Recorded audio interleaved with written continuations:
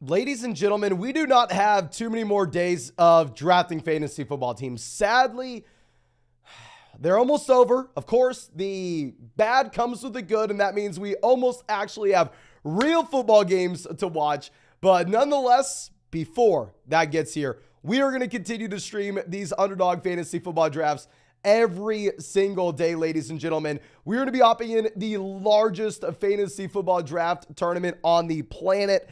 Best Ball Mania, $25 buy-in, $15 million prize pool, $3 million for first, $1 million for second. I got 16th place in this tournament last year and won $10,000, but hopefully we are winning the $3 million with first place this year, ladies and gentlemen. Let's go ahead and let's get in this bad boy. Going to be super excited to draft with y'all, as I always am. And we're at pick 2. Hell yes. Hell yeah. Come on. Let's get this freaking going. JJ coming out says, I'm getting offered Jalen Hurts, Keenan Allen, T. Higgins for Lamar, so upgrading at quarterback, and Justin Jefferson, so massive downgrade at wide receiver. No, I think you hold off, my man. I think you keep the best player in the deal. Keep Justin Jefferson. But let me know if you are in this draft with us. We got Cam out here, Big 12. Hell yeah, my man. Happy to see you. Will, thank you for stopping by. We got Kyler out. And let's...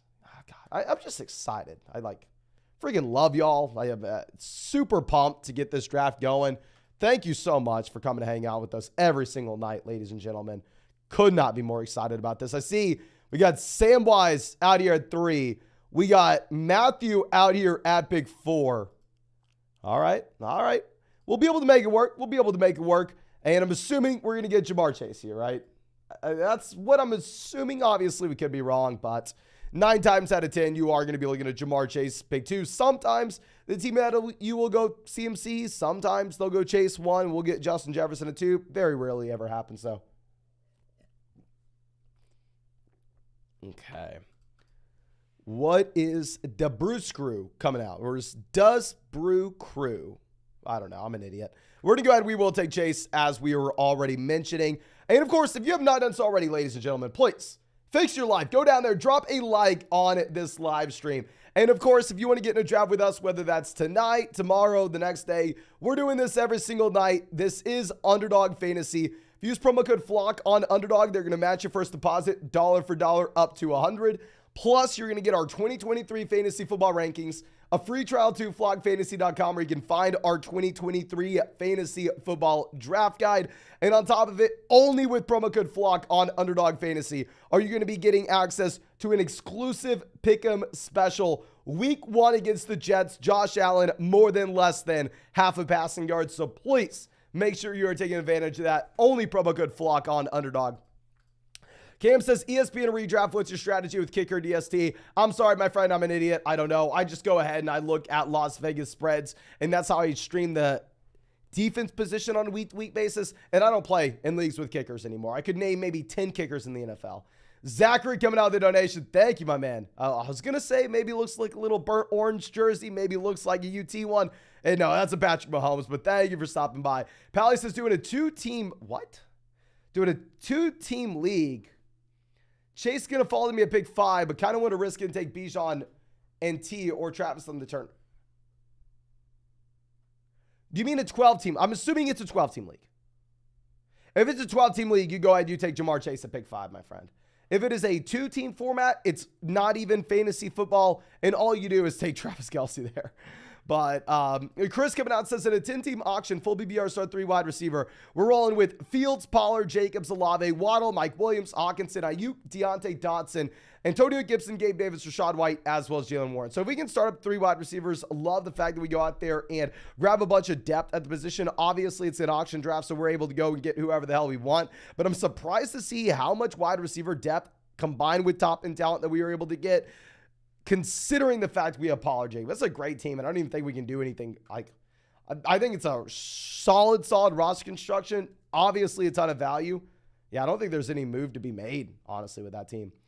But Nick coming out says, in a 10-team full PPR, we got pick 1. Jalen Hurts, Jonathan Taylor, Nick Chubb, Justin Jefferson, Amari, the year 2 tight end Tennessee, London Walker, double flex league. Should I trade for a stack with Jalen Hurts. Yeah, if you have a bench wide receiver such as like Drake London that you feel fine you can get rid of, if you can package together Drake London and our starting tight end to get like Dallas Goedert to pair up with Jalen Hurts, especially in a 10-team format, I'd really like that. But Chubb, Barkley, both off the board here at the beginning of the second round. Wilson goes 15. I have noticed Wilson actually falling in these drafts as of late, which is interesting considering the injuries that we've had to the wide receivers in New York, combined with Corey Davis retiring, right? It is interesting. But James says, in a 12-team PPR, Fields, Saquon Pierce, Lamb, Ridley, Kmet, Ayuk, Evans, Richardson, Montgomery, Brian Robinson, Sutton, Romeo Doubs. I'm fine if you want to have Richardson behind Fields, given the upside that you have from Richardson. I don't really see the reason to roster Romeo Doubs here, though. Great team. I would rather have a backup tight end than like Romeo Doubs if our starting tight end is Cole Kmet. Now, Mahomes goes 19 to pair up with Travis Kelce. So looks like if we want an elite level quarterback, maybe we are going to have to take him at 23. By no means is that something that we have to do, right? I mean, Calvin Ridley goes 20. I'm not really looking to take Calvin Ridley around 2. Smart people are drafting Calvin Ridley around 2, but as I've said time and time again before, yours truly is not a smart individual. And yours truly, since he's not a smart individual, is just going to take an elite level quarterback every chance he gets at the 2-3 turn. And I will go ahead and grab, at this point, one of our most drafted quarterbacks, at least over the past few months when he's been going at the 2-3 turn, in Jalen Hurts. The floor ceiling combo that we're going to get from a week-to-week perspective, as well as a season-long perspective with Jalen Hurts, it's going to be a little hard for me to pass on here at pick 23. If Mahomes, Hurts, and Allen were all available, then I would pass on Jalen Hurts in favor of us going through and grabbing, say, Devonta Smith, and then see if we could get Jalen Hurts on the way back around. This team goes Gibbs at 24. To be honest with you, I probably wasn't going to go Jahmyr Gibbs. Looks like they're just queuing up their guys and letting the timer go down. Now, Chris says, hey, man, great content. Thank you so much, my dude. Says, 10-team full BBR. We have Allen, Bijan, Montgomery, Brian Robinson. Wide receiver, we have Wilson, London, Watson, Davis. Wide receiver, Davis. Can everybody spam the chat? That's not Corey Davis, is it? This guy goes Breece Hall. Hell yeah, we're going to get Devonta Smith to pair up with Jalen Hurts. Let's go, ladies and gentlemen. Jamar Chase, Jalen Hurts, Devonta Smith out the gate. Let's go.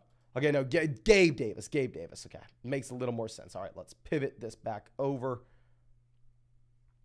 So Gabe Davis, Andrews, it's a league where we only have one flex. If it's a league where you only have one flex, beautiful. Elite quarterback, elite tight end, stud running backs with upside as well. And it seems like we didn't sacrifice wide receiver production. Beautiful team. Mark says, I bet you couldn't name 10 kickers in the NFL. That's why I said I probably couldn't. Probably not. Can everybody spam the chat? If you play in a fantasy football league that does not use kickers, how many kickers could you name that are in the NFL right now? I'm going Dicker the kicker. I'm going Justin Tucker. I'm going Young Hoku. Yeah, I mean, Chief Matt already saying Dicker the kicker. You know, I know at least my UT kickers. I know at least my UT kickers. But Caboose goes 12, 2, 8, 3, 4, 7. 7, 7. J-Bro says we use kickers in ours and I can still barely name 10. Yeah. I mean, I pretty much dropped every league on mine that uses kickers. I don't play in it anymore. Now, I feel like we got extremely lucky to have this start through the first 3 rounds, but I am freaking pumped. I mean, I would rather have Jacobs over Devonta Smith in a vacuum. Same thing with Jonathan Taylor, to be honest. But I mean, the thing is, when we have Jalen Hurts here, it's an underdog draft where these wide receivers are going to get pushed up dramatically. And there are other teams in Best Ball Mania that were able to get Josh Jacobs / Jonathan Taylor at the end of round 3, the beginning of round 4. I don't mind taking Devonta Smith. I definitely would have taken Josh Jacobs over T. Higgins if, say, Smith would have gone at 25. But Brian says, 10th pick, 10 team. I got Bijan, Diggs, Ridley, Josh Allen. Oh, Josh Allen round 4 to stack with Diggs is beautiful. James Conner, Kittle, Lockett, Pacheco, Swift, Mike, Tua, Superflex. Ooh. Superflex is even better with Josh Allen, my man. That's a great squad. Love the team. What is interesting to see, how many people are going through and taking Michael Thomas. Can y'all let me know in the live chat, what's your expectation for Michael Thomas this next season? And Mohammed says 10-team league, PBR, third pick. We have one flex. I'm starting Tua, Chase Olave, Pollard, Walker, then Judy, London, Dobbins, Evans, Frymuth. Generally, I would love to package together one of these wide receivers to get a tight end upgrade. Like if we could go ahead and say package together Drake London once Jerry Judy's back and healthy with Pat Frymuth to go and get a tight end like T.J. Hawkinson, Mark Andrews, or Travis Kelce in this style league where you only have one flex and it's a 10-team league. I think that'd be interesting. But you probably want to wait until you actually have Jerry Judy back and playing. But Zachary coming out again says PBR super flex where we have Mahomes, Fields, Ritter, Taylor, Gibbs, Hall, Bijan. Oh my gosh. How the hell do you have the running backs with Mahomes and Fields? Olave, Hollywood, Tony, Addison, Tank Dell, Zay Flowers, Deontay Johnson, Quentin Johnson, and Rashee Rice. Any upgrades at wide receiver? No. You're good. I would say I probably just want to roster as many of those high upside wide receivers as you're already doing. But this team is so freaking pretty, my man. I think you are going to struggle at the beginning of the year just because guys like Quentin Johnson, Jordan Addison, Kadarius Toney, they may not be producing right away, right? Same thing with Jahmyr Gibbs, may start a little slow. Breece Hall may start a little slow. Jonathan Taylor. I think you're going to struggle at the beginning of the season, but by the time you get to week 5, 6, 7, it's going to be nuts. I will definitely cut Tank Dell. I mean, if you look at Tank Dell, we went through and did the research. There have only been 3 wide receiver seasons since the year 2000 to actually pass 100 points in a single season for guys that were 165 pounds and lower. So Tank Dell literally has no upside at all. So I'd cut Tank Dell, look for a different wide receiver off the waiver wire, but you're in a great spot, my man. Bobby coming out with the donation. Thank you. And let's see. We go Najee Harris 47. I mean, getting Najee Harris 47 is a cheat code. Like, I understand nobody likes Najee. I understand Jalen Warren looked great in the preseason, yada, yada, yada. Najee now no longer dealing with the Liz Frank. On top of this with Najee Harris, I mean, hopefully the offensive line's better this year. I'm completely fine taking him at the 4-5 turn. This team goes Jerry Judy. This team's off the rails. Like, this team's going nuts here. Jerry Judy 48 with the Judy injury.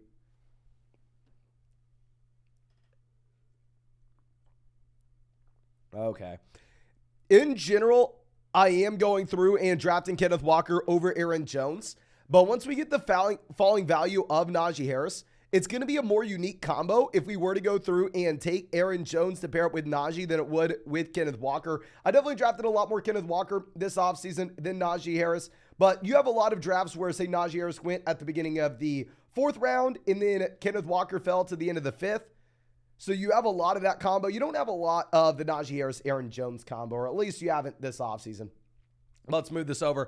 And ladies and gentlemen, it looks like we just hit 200 likes on this live stream. Thank you so much for everybody going down there and dropping a like on the stream. And of course, if you want to get in our next draft with us, we are drafting on Underdog Fantasy. This is where we draft every single day, ladies and gentlemen, on this live stream. Our best ball drafts to no time commitment at all during the season. So I've drafted 700 teams and won $150,000 on Underdog last year. If you sign up to Underdog with promo code FLOCK, they're going to match first deposit dollar for dollar up to $100. Plus, you'll get our 2023 fantasy football rankings, get a free trial to flockfantasy.com, where you can find our 2023 fantasy football draft guide. And on top of that, ladies and gentlemen, only with promo code FLOCK are you going to get the exclusive Josh Allen pick'em more than less than half a passing yard against the Jets week 1. But Neil says, am I crazy for Bijan over Kupp and Hill if they fall to me at 7 in a league with 2 flex? 12-team full BBR format with 2 flexes. I would go ahead. I would take Kupp, Tyreek Hill over Bijan Robinson. You're saying you can get Devontae Adams, Garrett Wilson in the 2nd, Christian Watson in the 5th. The thing is, if you can start up to 4 wide receivers in a full BBR format, I mean, just because you take Tyreek Hill round 1 doesn't mean you have to pass on the wide receiver values later on too. So yeah, we will go take the elite level wide receiver there. Tommy says, 10-team PBR double flex sleeper league. I have Fields, ETN, Mixon, Kupp, Lamb, Ingram, Judy, Evans. Bench is Russ, Dillon, Brian Robinson, Devon A-Chain, Gabe Davis, Marvin Mims. How did I do? Team's great. I'm trying to come up with a way that we could actually improve this. I don't know if we can. Yeah, this is a great squad. I'm fine if you really want to roster Russell Wilson. I mean, I probably don't roster a backup quarterback when we have Fields, given the Russell Wilson situation kind of getting worse over the past month or so with the Tim Patrick injury, with the KJ Hamler news, with now Jerry Judy's injury. I don't necessarily know how excited we are about Russ this next season. Overall, I like the team with the roster construction, the value that we got a wide receiver in this draft, and still being able to find 3-down running backs later on. Now we have McLaurin going 56, so it looks like the people in this draft room in particular aren't too concerned about the injuries here. And Ross says, hey, Mason. Well, first off, thank you so much for the donation, Ross. Hey, Mason, just finished my draft yesterday. It's a 14-team full PPR double flex. Okay, 14-team 4-bat double flex. I mean, here, depth is going to be much harder to come by. Quarterback, we have Herbert. Beautiful. Obviously a top 14 quarterback. We have Bijan Pollard. I mean, both these guys, obviously top 14 running backs. So we have 2 running back ones.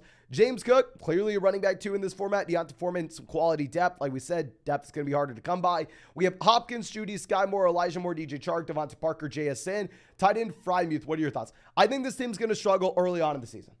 I think weeks 1, 2, and 3, this team is going to have a rough shake of things.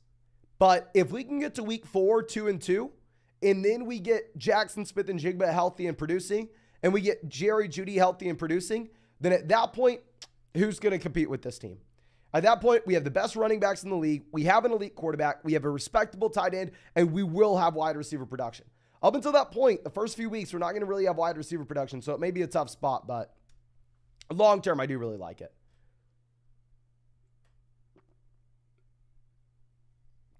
Okay, so George Kittle goes off the board at 63.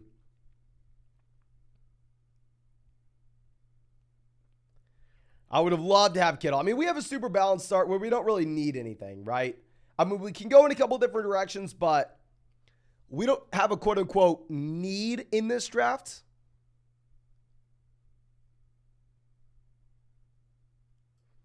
I mean, we have Chase Smith, a wide receiver. We have Najee Aaron Jones, running back. We have the elite level quarterback with Jalen Hurts. So we can just kind of take the values that fall to us, right? So is there any news regarding the... Ooh, I apologize. What the hell just happened? Was there any news regarding the injury to Mike Evans? He had the groin injury, I believe 2 days ago, the report came out. Has there been anything else? No, I don't see anything.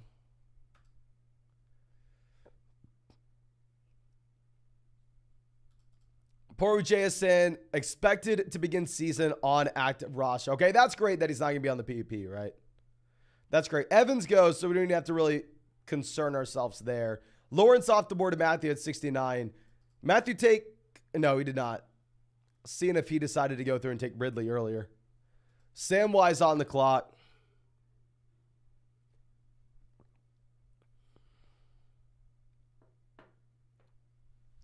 What is he doing here?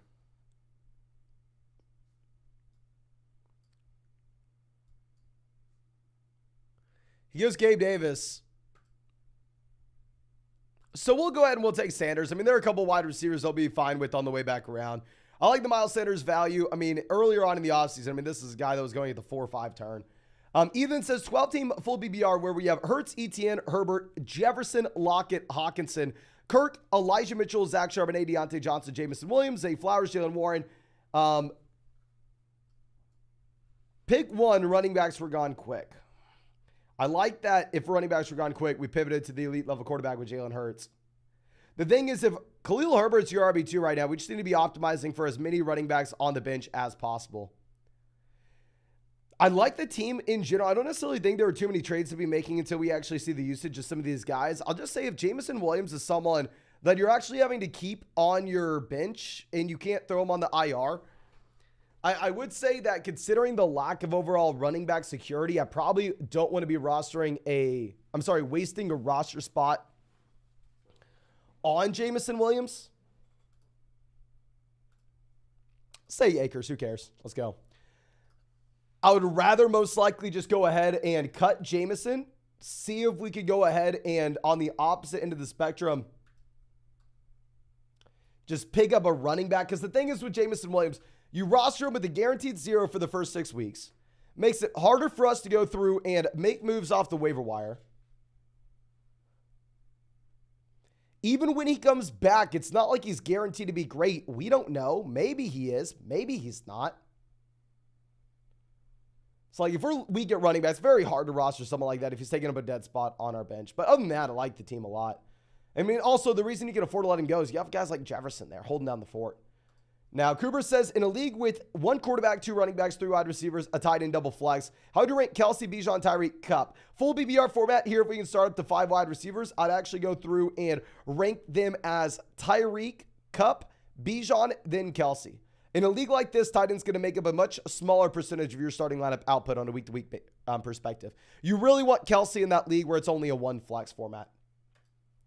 Now, Ben says, hey, Mason, 14-team BBR where we have 1 flex. We went Lamar, Chubb, Jacobs, Lockett, London, Andrews. Oh, the Lamar, Andrews stack.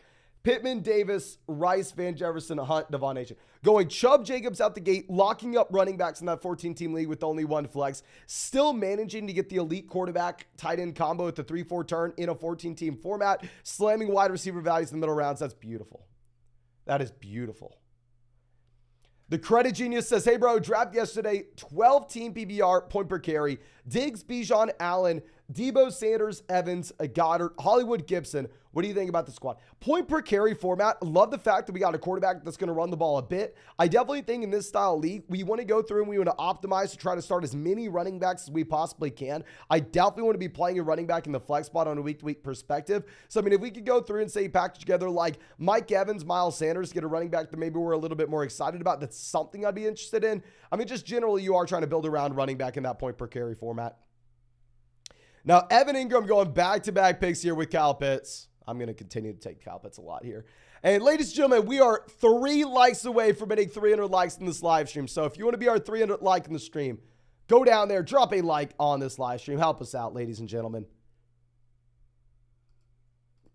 And Troy says 12-team PBR double flex keeper league where we have Herbert, Chubb, Stevenson, Montgomery, Gibson, Brian Robinson, Hill, DJ Moore, Mike Evans, Bateman, Elijah Moore, Greg Dulcich. Generally, I definitely think we should be rostering 2 tight ends here if Dulcich is going to be our number 1 guy. I mean, in terms of who we're going to be letting go from, it's very hard because I feel like we have a lot of value through the entire roster.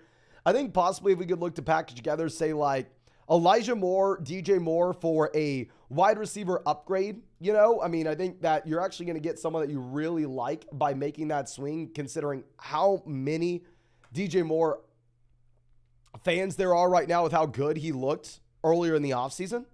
We make that 2-for-1 deal, open up another roster spot for us where we're able to then at that point go through and pick up a tight end off the waiver wire without having to cut one of these guys with strong value.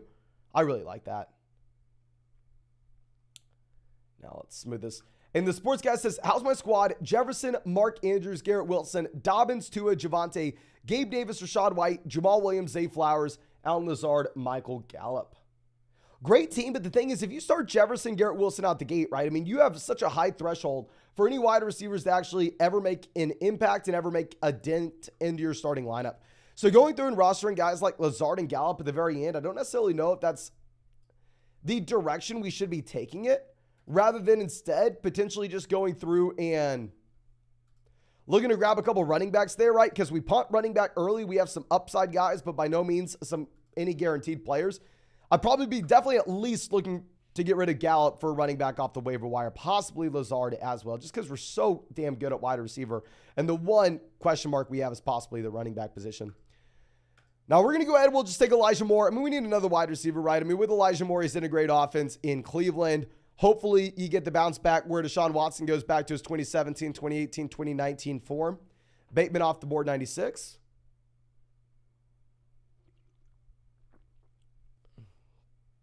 Yeah, we need a wide receiver. I mean, we had 4 running backs and only 2 wide receivers, but I actually kind of like the way that we set up this roster.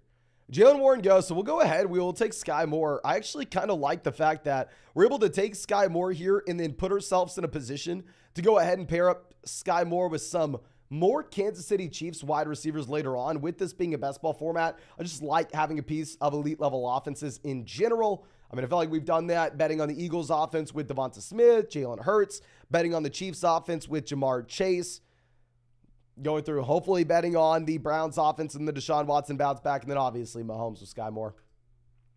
Okay.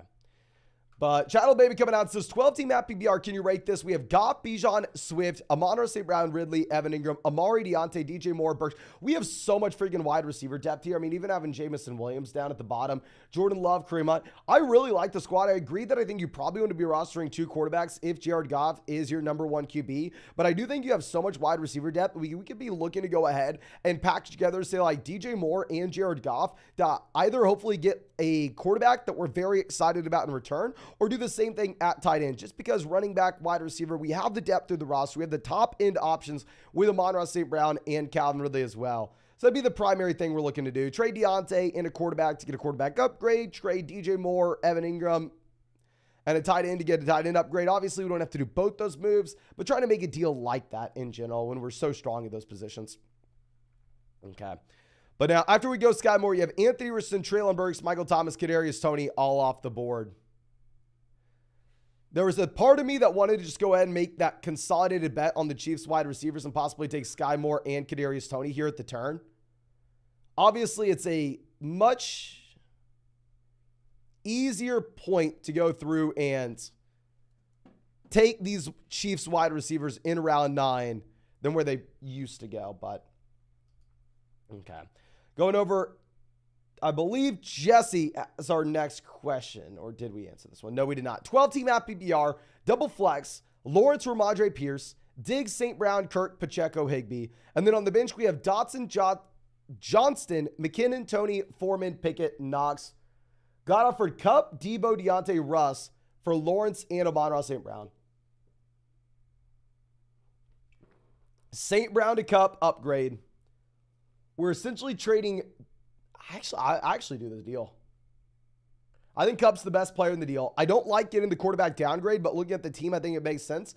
If it was a league where you only had one flex spot, maybe it'd be a little bit less advantageous. But in a league where it's a 12-team, double flex, wide receiver depth is going to be a little bit more important. So Deebo Samuel may actually move the needle for us. So yeah, I think we go ahead and make that move, my friend. Obviously, I would love to then immediately go through and see if we can trade for an elite level quarterback in a different style package. Now, JR says, which side do you prefer this trade? Bijan and Jonathan Taylor or Derrick Henry and Tony Pollard? Give me Bijan over Henry. Give me Tony Pollard over Taylor. Honestly, I think it's going to be up to you on what your expectations are with Jonathan Taylor this next season. I mean, obviously, we don't know for sure what's going to happen. I think Jonathan Taylor still has a lot of upside, but I think fundamentally that does come down to your thoughts on it, my man. But now, Leandro says, ESPN 10T pick 9. PBR, 1 quarterback, 2 running back, 2 wide receiver, flex, tight end. Thoughts on Hurts, Geno? Okay, I don't think we need to be rostering another quarterback after Jalen Hurts. My friend cut Geno Smith.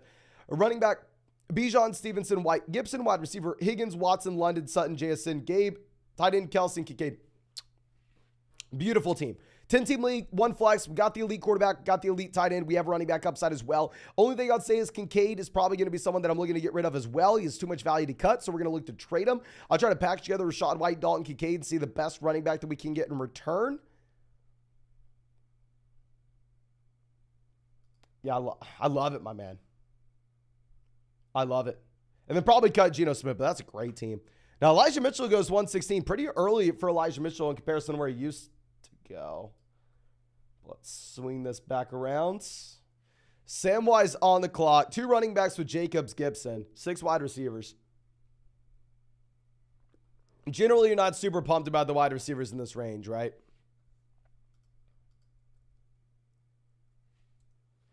You go Jamal. So we're going to go ahead. We will just take Daniel Jones, right? I mean, good. Another quarterback that has rushing upside. We don't have a stack with Daniel Jones, but I mean, the running backs, wide receivers here, not too exciting. Probably not even going to be looking to take Dalton Kincaid here, 122. So we're going to go Daniel Jones, set ourselves up with another quarterback that's going to have access to spike weeks. Daniel Jones is actually the quarterback that got a 16th place in Best Ball Mania last year for 10,000.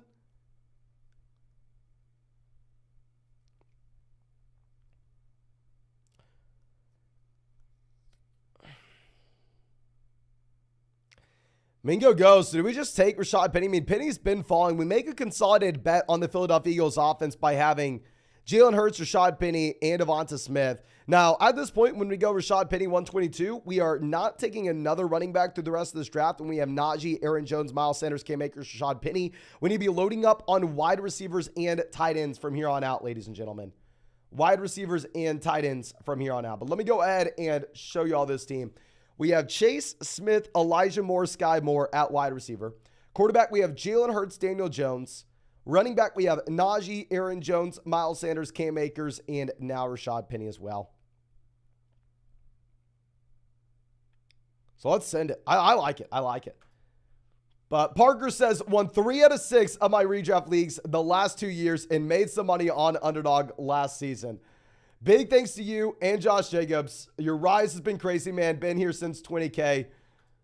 You deserve it all. No, thank you so much, my friend, for all the support. I genuinely, really do appreciate it. And yeah, that's awesome that you've been with us for so long. And congrats on all the success last year, my man. Really happy for you. And hopefully we're able to run it back this season as well. Now let's move this down. And O-Tropic says, number 4 pick in a 12-team happy BR. First 2 picks. It's going to be a 1-flex league. I'd probably be looking to go Kelsey in round 1. It's going to be a league with multiple flexes. I think there you're a little more flexible. You can look to go wide receiver or running back. And if it's going to be, honestly, almost regardless any format, I definitely want an elite level quarterback there at the 2-3 turn, whether that's Jalen Hurts, Josh Allen, or Patrick Mahomes. Now, looks like we are 1 like away from hitting 400 likes in this live stream, ladies and gentlemen. So please, if you have not done so already, go down there, drop a like on the stream, help us hit 400. And Chris says, what's up, Mason? Superflex, 12-team PBR, 2 quarterback, 2 running back, 3 wide receiver, double flex. Love the format. And here I am actually a little bit more inclined to punt running back, my man. I think it's very important to grab the elite level quarterbacks while at the same time, I mean, you can start up to 5 wide receivers. We want to be building around that position.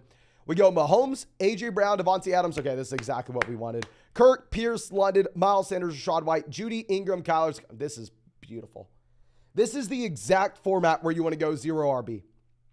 And this is pretty much the exact team that you want to do it with as well. I just think I get a little frustrated when people say, oh, 0 RB is a cool thing to do. Someone on YouTube told me to do 0 RB. And they're trying to pull it off in a league where you start 2 wide receivers, 1 flex.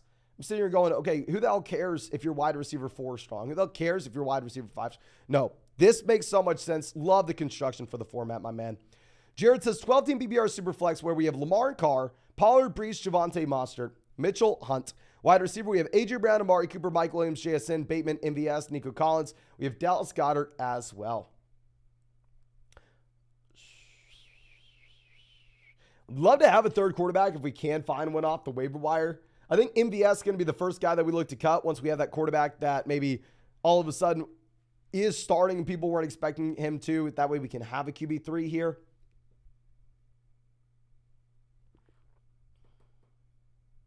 I like it. It's just rostering both Brees and Javonte at the same time is a little intriguing, right? Because both these guys have a lot of upside in the long term. It's just more so like how usable are they right away? And that's something we don't necessarily know. Cam says 10-team PBR 1 flex. We have Hurts, Ramondre, Damian Pierce, Garrett Wilson, Drake London, Kelsey, Dobbins, Judy, Addison, Johnson, Brian Robinson, Nico Collins, Rashad Bateman. The elite level quarterback, running backs with upside, an elite level wide receiver, an elite. Love it. I mean, the thing is, if you're in a 10-team league with only 1 flex, if you have Jalen Hurts, Travis Kelsey, you get such an advantage in terms of how high of a percentage they're going to be making of your starting lineup output, while at the same time allowing us to strictly roster wide receivers and running backs through the bench. So we don't even have to sacrifice upside there based off our roster construction. It's like a cheat code in a 10-team 1 flex league. Rashee Rice goes 141.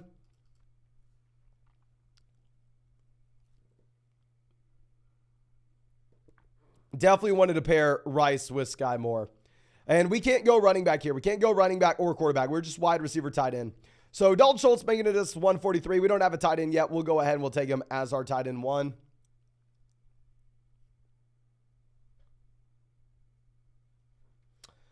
And Zach says 10-team at PBR where we have Mahomes, Jefferson, Amari, Etienne, Walker, Waller, Watson. And then on the bench, we have Swift, Pickens, Elijah Moore, Jalen Warren, Quentin Johnson, Juwan Johnson. Any thoughts and trades?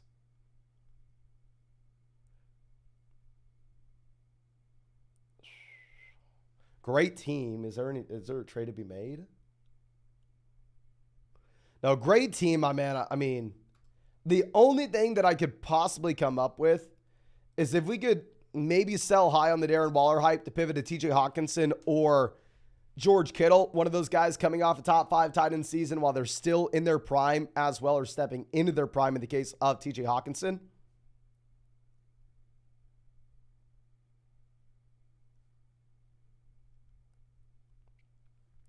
That's what I'd be thinking, my friend. That's what I'd be looking at.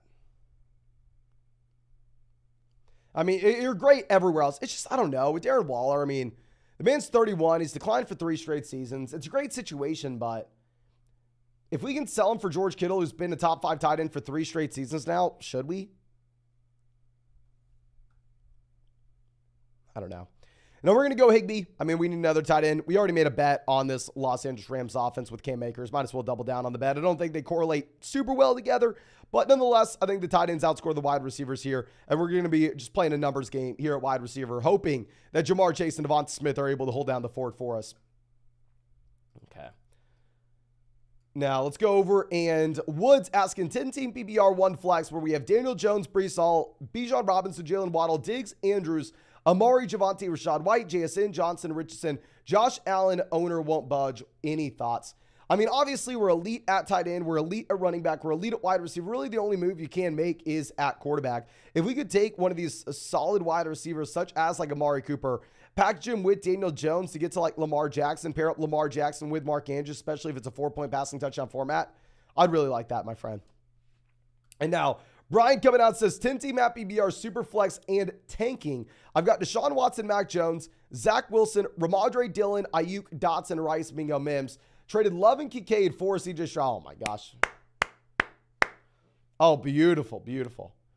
Do I draft Marvin Harrison Jr. or Caleb Williams next year? Yeah, so if you're going to get the 101 and it's a super flex dynasty format, you are going to have to take Caleb Williams. I mean, obviously, both prospects are phenomenal. But, I mean, at the end of the day, if you look at dynasty startups right now, like, you have the first 6 picks in Superflex Dynasty startup drafts minimum being of the quarterback position, you know. So quarterback just inherently holds so much more valuable. I mean, so much more value in those Dynasty Superflex leagues. The reason's simple. They're easy to project in the long term, while at the same time, they score way more points for you in the short term. So, yeah, I think you go Caleb Williams, but that's awesome. And I definitely think you're also looking to sell Ramondre Stevenson, sell Brandon Ayuk if you are truly just blowing it up for next year. JT says, should I trade Ramondre for Kamara and Breece Hall? If it's a deep league, yes. If it's a deep league, yes. But Ramondre is the guy that I would rather have out of those 3 names. Okay. Oh, and I am very sorry, Brian, for making you feel like you have to had to donate that twice. Yeah, if y'all don't know, if you donate, I promise you I'm going to get to your question.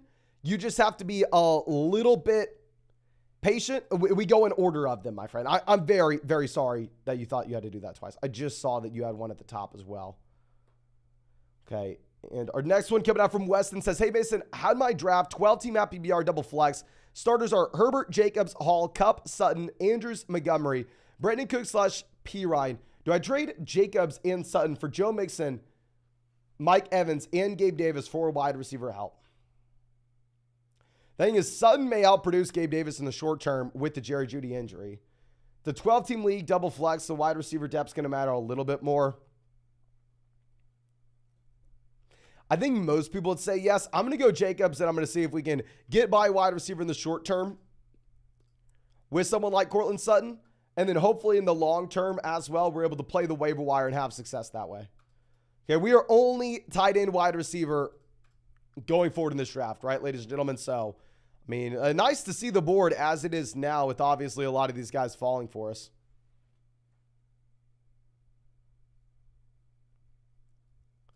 McCole Hardman, 1,864. Dear God. Yeah, we're going to go ahead. Who do y'all want? Can everybody please spam the chat? Would you rather have Rondale Moore or Alec Pierce? I'm not going to be able to pull your messages up on the screen because it'll mess up me going through the donations, but I can see it in the live chat right now. Would y'all rather have Rondale Moore or Alec Pierce, ladies and gentlemen? I think we probably get both. Looks like most people are going to go Pierce. Yeah, most people are saying Pierce. We will move Alec Pierce ahead of Rondale Moore. I think there's a good chance we actually get Rondale Moore on the way back around as well. Based off this team, I don't know if this team's gone top of ADP with a single pick so far. I mean, they took Hollywood close to ADP, but pretty much they're going and just getting whoever they want.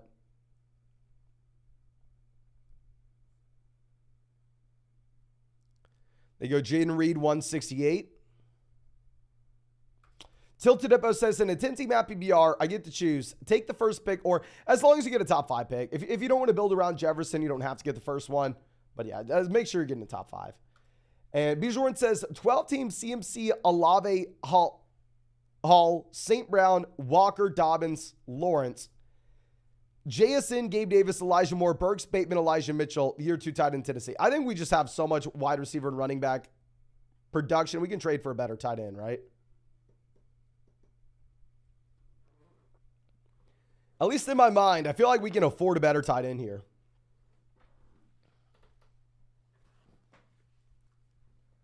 Yeah, I'm sitting here trying to think of what exactly we should be looking to sell. I mean, I think this would be a league where it makes sense if we could sell like St. Brown and our tight end. Say St. Brown, our tight end, and then throw in like another just name with value like Elijah Moore, Treylon Burks. Just throw in one of those depth wide receivers, and if we can get to Kelsey, or just go through and try to sell like Olave for Andrews and a running back upgrade as well.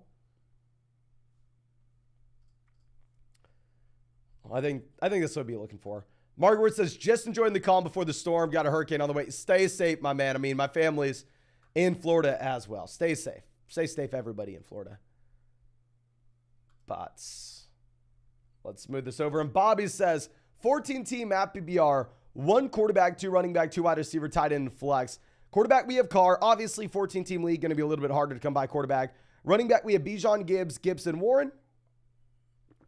Wide receiver, we have Lamb, Olave, DJ Moore, Flowers, Dotson, Dobbs. Tight end, we have Waller. I like the team. Obviously, in a 14-team league, depth's going to matter a little bit more.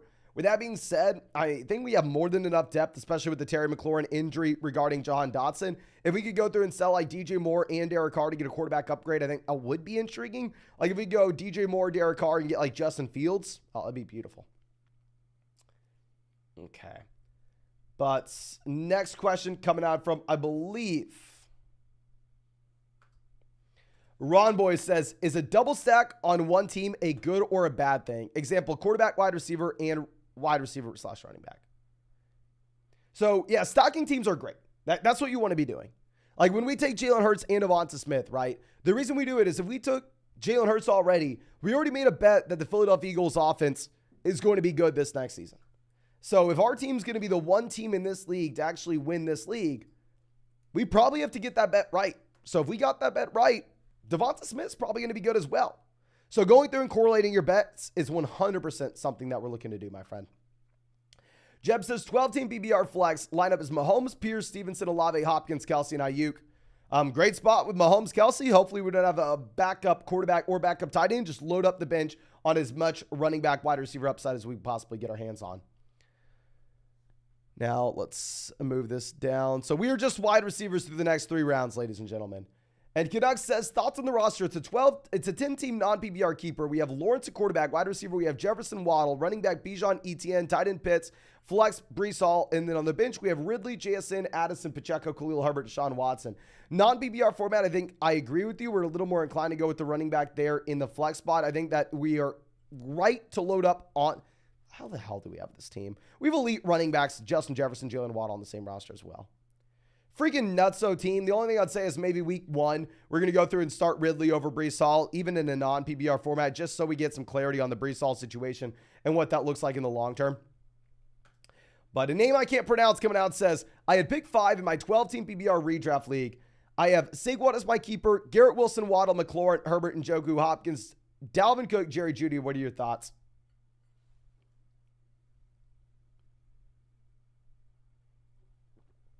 Okay.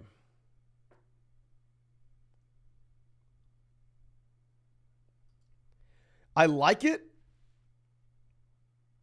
especially when Judy's back. Short term, maybe a little bit tough with the Judy and McLaurin injuries. I think when both those guys are back, we probably look to sell one for an upgrade at running back somewhere. But I think it's a great team, my man. I think it's a great team. Okay. Let's move this over. Shaheed off the board, 186. Let's swing this back around. And we just hit 500 likes on the live stream. Thank you so much for everybody going down there and dropping a like. Let me bring this around, and we are going to be making these next two picks, and then we are going to be jumping into another 2023 draft, ladies and gentlemen. So let's pull this up. Obviously, we are going to be looking at some of these Giants guys when we have Daniel Jones at quarterback. We're essentially just taking wide receivers here. Okay, so we have the running backs going. That's great for us.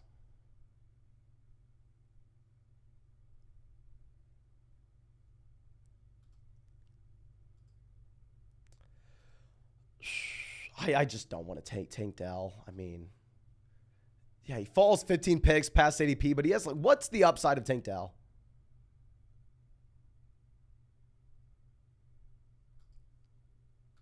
We'll go Tank Dell just because we're going to get these Giants wide receivers on the way back around.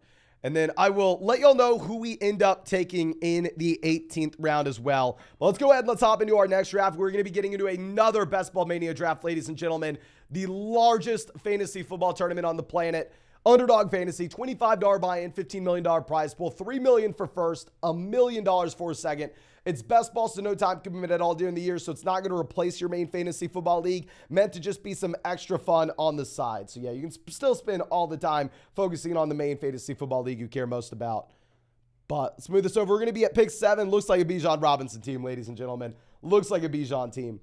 But Sam coming out says in a 14-team format where we only start one running back. We went Allen, Diggs, Mike Williams, Gibbs, Mixon, Montgomery, Kadarius Toney, David Njoku, Dalton Schultz, Allen Lazard, Damon Harris. Thoughts and any moves? I think you really optimize for this format by going through and grabbing the elite level quarterback while having the upside at wide receiver. Generally, you only need 2 to 3 running backs to get by in this league. Now, I will say if you find someone that needs help at running back, I'm going to be quick to go through and sell someone that may have a little bit of a cap ceiling, because ceiling is really going to be the only thing that matters at the running back position in a league where you only have to start one of them, even if it's a 14-team format. So in that instance, I think we probably go through and look to sell Montgomery and David Njoku for a better tight end if you have to start a tight end.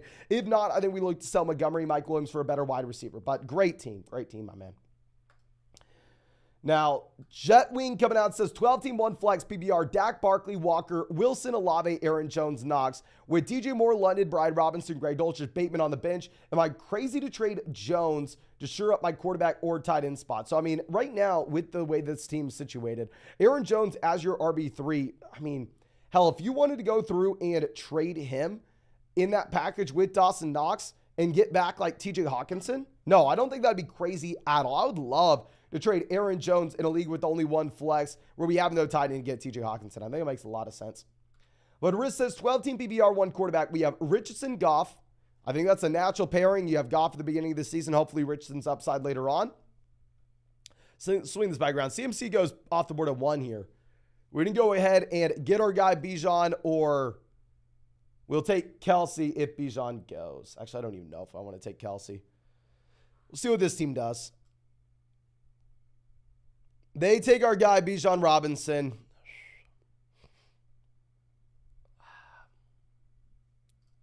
I'll take Travis Kelsey. I haven't drafted him a lot. I think that it's very advantageous for y'all if you're in like a shallow redraft league with only 1 flex spot to go through and take Travis Kelsey, because you should be able to get access to high upside wide receivers and running backs later on in your draft. The issue is, like, it's so hard to find wide receivers later on in underdog drafts.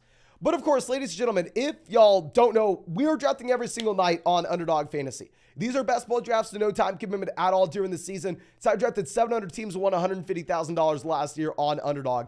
And if you sign up to Underdog with promo code FLOCK, they're going to match your first deposit dollar for dollar up to $100.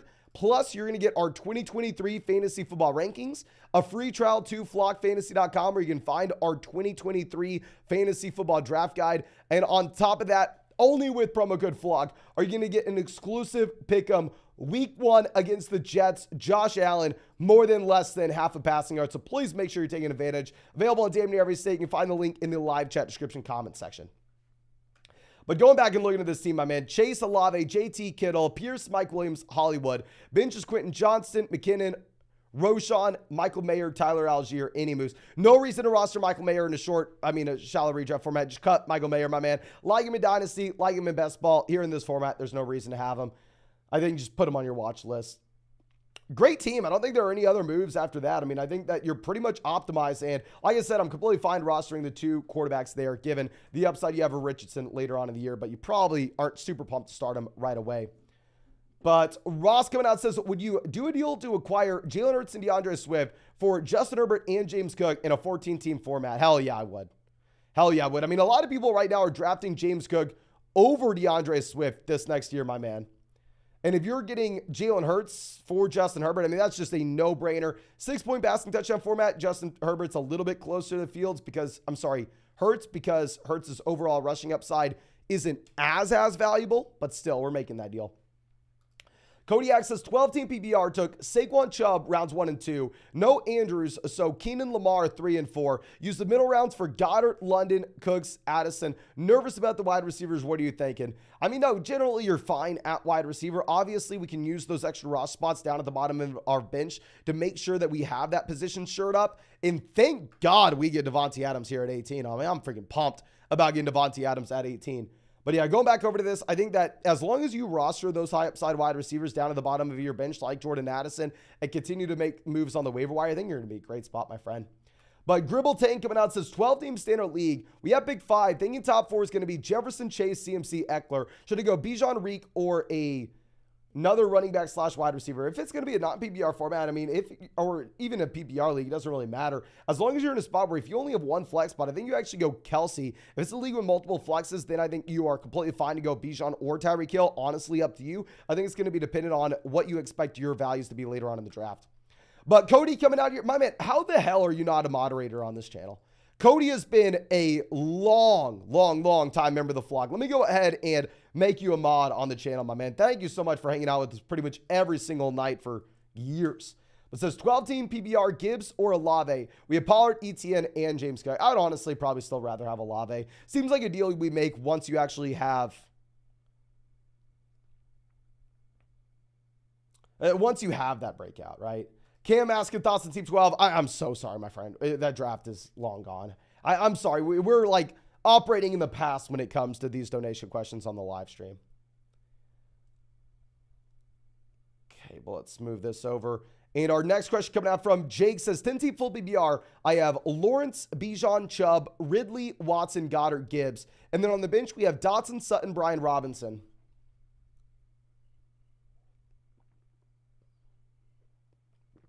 Beautiful team. Beautiful team. I mean, generally, what the hell am I supposed to say? This seems set up perfectly. Love the Lawrence Ridley stack. Love the elite level running backs. I like how we're constructing the bench as well. I think you're in a great spot. Okay, now that team at 1 goes CMC, Jalen Hurts, Mahomes out the gate. Now, obviously, in your regular redraft format, that's something that you would never see anybody in a million years do. Sometimes in these best ball drafts, you will get someone going through and pairing up the elite level quarterback. I don't think you can go Jalen Hurts, Mahomes on the same team. To take 2 quarterbacks there, it is going to be such a high opportunity cost. I don't realistically know what the ceiling is for this team later on. I will occasionally mix this in underdog best ball tournaments by going like Jalen Hurts there 24 and then Justin Fields like 48. But instead, still going and grabbing a running back or a wide receiver that's going to give us a lot of production there at the beginning of the third, right? So once we see that team go Jalen Hurts, Patrick Mahomes, they're 24-25, we most likely should go ahead and grab an elite level quarterback while we still can. This is going to cause a weird dynamic with the quarterback supply and demand situation. So let's go ahead. Let's fire up Lamar Jackson when he's still an option for us at pick 31. And yeah, I mean, I think we are well balanced. We know in underdog drafts, we'll find running back values later on. I don't feel like we have to pull the trigger on Jahmyr Gibbs. They're 31. Let's do it. And Kitty says 12-team PPR, 2 flex. We have Allen, Swift, Cook, Hill, Diggs, Schultz, London, Watson. And then on the bench, JSN, Johnson, Hyatt, Mims, Devon A-Chain. Any trades to look for? I'm not going to say any trades, but we definitely need to change this bench, right? It's just the overall thought process behind how we're constructing this team. I mean, if you think about it, down there on the bench, you're going to have to cut some of these guys at the beginning of the season for waiver wire options. And rookies, I like rostering guys that have an elite level ceiling later on in the year, but maybe aren't going to be super productive early on, such as Johnson, Hyatt, Mims, Devon A-Chain, Jackson Smith, and Jigba. But you don't expect these guys to do anything week 1, week 2, week 3. So you can't really cut them week 1, week 2, week 3, right? So it's fine to roster a couple of these players. But to have your bench only of rookies, when we have a high upside running back available to us on the waiver wire in week 2, what are we supposed to do? Cut Jalen Hyatt when we haven't given him a shot? Cut Marvin Mims when we haven't given him a shot? So I just think you can't be rostering this many rookies. I would be looking to try to construct the team in a way that we are going to feel comfortable getting rid of maybe 1 or 2 of those names after the first 2 weeks. But we will go ahead and, oh my gosh, what do we want to do here? Everybody spam the chat. Are you going to go Najee Harris or Breece Hall? I'm not going to be able to pull it up on the screen, but I can see it on my phone right now, what y'all are saying at the bottom of the chat. Please let me know. Are you wanting Najee Harris or Breece Hall? We start off this draft, Lamar, Devontae Adams, and Travis Kelce. Okay, first message I see is Najee. I see a couple Halls. Okay, I see mainly Najee Harris. So we'll go ahead and we will get Najee Harris here at 42. Well-balanced start out the gate. We have our elite quarterback. We have our elite tight end. This would be the literal dream start in your regular redraft format with only one flex spot. Now, specifically in these underdog drafts where it's going to be a little harder to find wide receiver values later on than it will be in like your ESPN draft, I'm not as excited about it, but this should be like the goal in your regular redraft league. But Brand says 12-team at PBR. We have Allen, Waller, Bijan, Herbert, Warren, Algier, Lamb, Watson, Dotson, Bateman, Michael Thomas, KJ Osborne. What are your thoughts?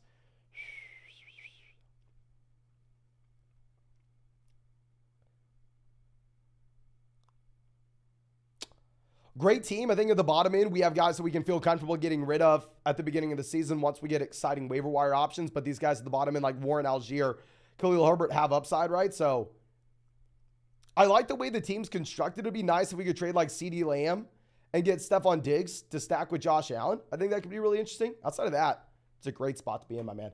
And give me 1 second, ladies and gentlemen. I'll literally be back in 1 second.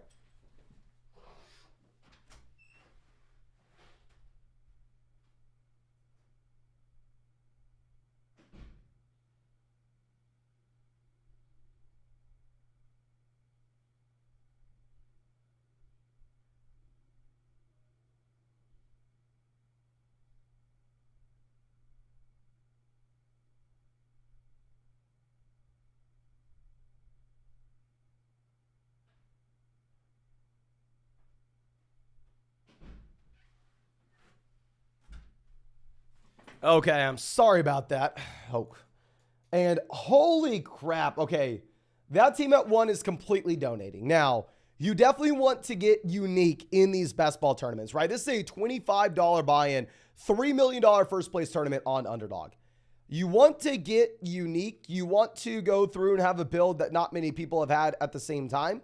But with that being said, you also want to have access to upside. You want to be unique without sacrificing your upside. That team at 1 has sacrificed all upside. The team at 1 going Hawkinson, Kittle there, 48, 49 to go bully tight end and bully quarterback. If you're ever gonna, and I repeat, ever gonna get away with the bully tight end or bully quarterback strategy, you can't do them both at the same time. Like that's not gonna be viable. Okay, this is now just a gross range. We're not excited about Terry McLaurin, Jerry Jeudy, right? We'll take Deontay. I drafted like no Deontay Johnson here all offseason, but we've already made a bet with the Pittsburgh Steelers offense by taking Najee Harris. We've already bet that this is a better Steelers offense than people expect. So we can go ahead. We can take Deontay here and essentially double down on said bet, right? But Ryan coming out says, excited for fantasy football this year and another year with the vlog. Hell yes, my man. Super pumped to see you out here.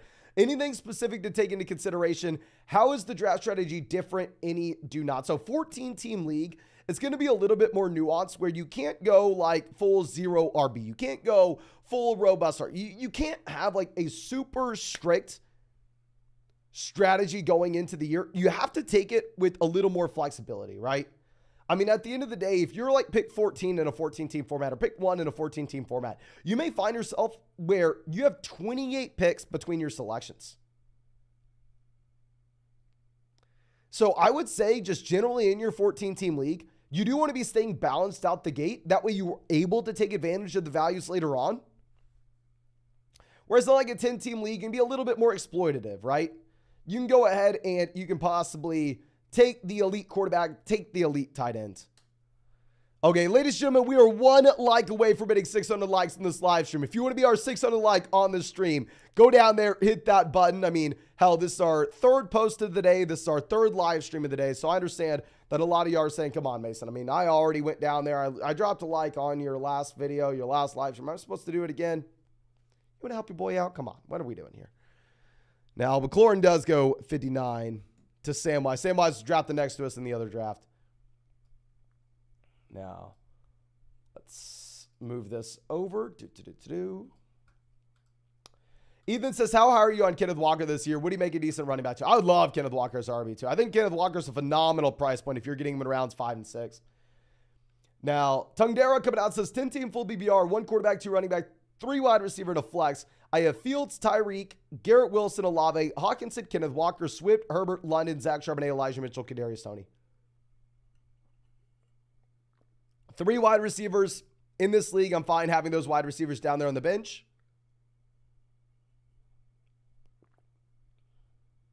Then we have upside at running back. We have the stud wide receivers at the gate. I like this team in a 3 wide receiver league. If it was where you only started 2 wide receivers and then 1 flex, and then we can make some moves and have some issues with it. No, I think they're in that format. You're super pumped about it, my man. Now let's go ahead. Let's take J.K. Dobbins. I mean, we've made the bet on 2 offenses now. We bet on Pittsburgh and we have bet on Baltimore. We're going to pair up J.K. Dobbins with Lamar Jackson. I don't think they correlate super well together, right? But you don't know. You don't know. Maybe Baltimore leads the NFL in scoring this next season. Now, Joe says 12-team PPR. We have Burrow, Bijan, Kelsey, Olave, London, Dobbins, Terry. And then on the bench, we have Bateman, James Cook, Hollywood, Davis, Anthony Richardson. Thoughts and any trades options? I would love it if we could trade Anthony Richardson with Terry McLaurin and get a wide receiver upgrade, right? I think the team's phenomenal, but if we could trade Anthony Richardson and Terry McLaurin and go get like T. Higgins to pair up with Joe Burrow, I think that'd be the main play because you're never really going to start Richardson over Burrow regardless of matchup. Now, Sanders off the board, 69. Rico coming out says 10-team PPR, quarterback, 2 running back, 2 wide receiver, tight end, and flex. We have Fields, Bijan, Dalvin, Devontae Adams, A.J. Brown, Mark Andrews, and Mike Evans in the flex spot. I have David Montgomery on the bench as well. What are your thoughts? 10-team league, elite running back, elite wide receiver, elite quarterback. I love this team. If we could just make this one move and trade David Montgomery and Justin Fields to get Lamar Jackson somehow to pair up Lamar, Mark Andrews, I think that'd make a lot of sense. But overall, that's a great team. I do think we need to be prioritizing some running back upside down there on the bench with a waiver wire for the long term. Just because I think Dalvin Cook starts off probably hot, but then you most likely see Breece Hall expand his role as the season progresses. But Knox GG says 12-team app PBR double keeper league where we have Watson, Tua, Gibbs, Dobbins, Javonte Mitchell. Tight ends, Goddard. Wide receiver, we have A.J. Brown, Waddle, Watson, Quentin Johnson, Mims. And then don't care about kicker defense. Watson, Tua, quarterback. The issue is just when we're rostering both these quarterbacks with this kind of value, we are sacrificing a little bit of wide receiver, right? If it's a 1 flex format, I'm fine with this. But if it's a double flex format, I actually would kind of look to sell one of these quarterbacks in a package to get an upgrade at wide receiver. If it's a 1 flex format, I think it's a good team, though. Now, Gabe Davis off 73. Javonte Williams goes 74. Let's swing this back around. Mike Evans falling with the groin injury. Where did Jerry Jeudy end up going in this draft? Kyle Pitts goes. Kyle Pitts was going to be in play for us. Jerry Jeudy went pick 68. He only lasted 2 picks after ours.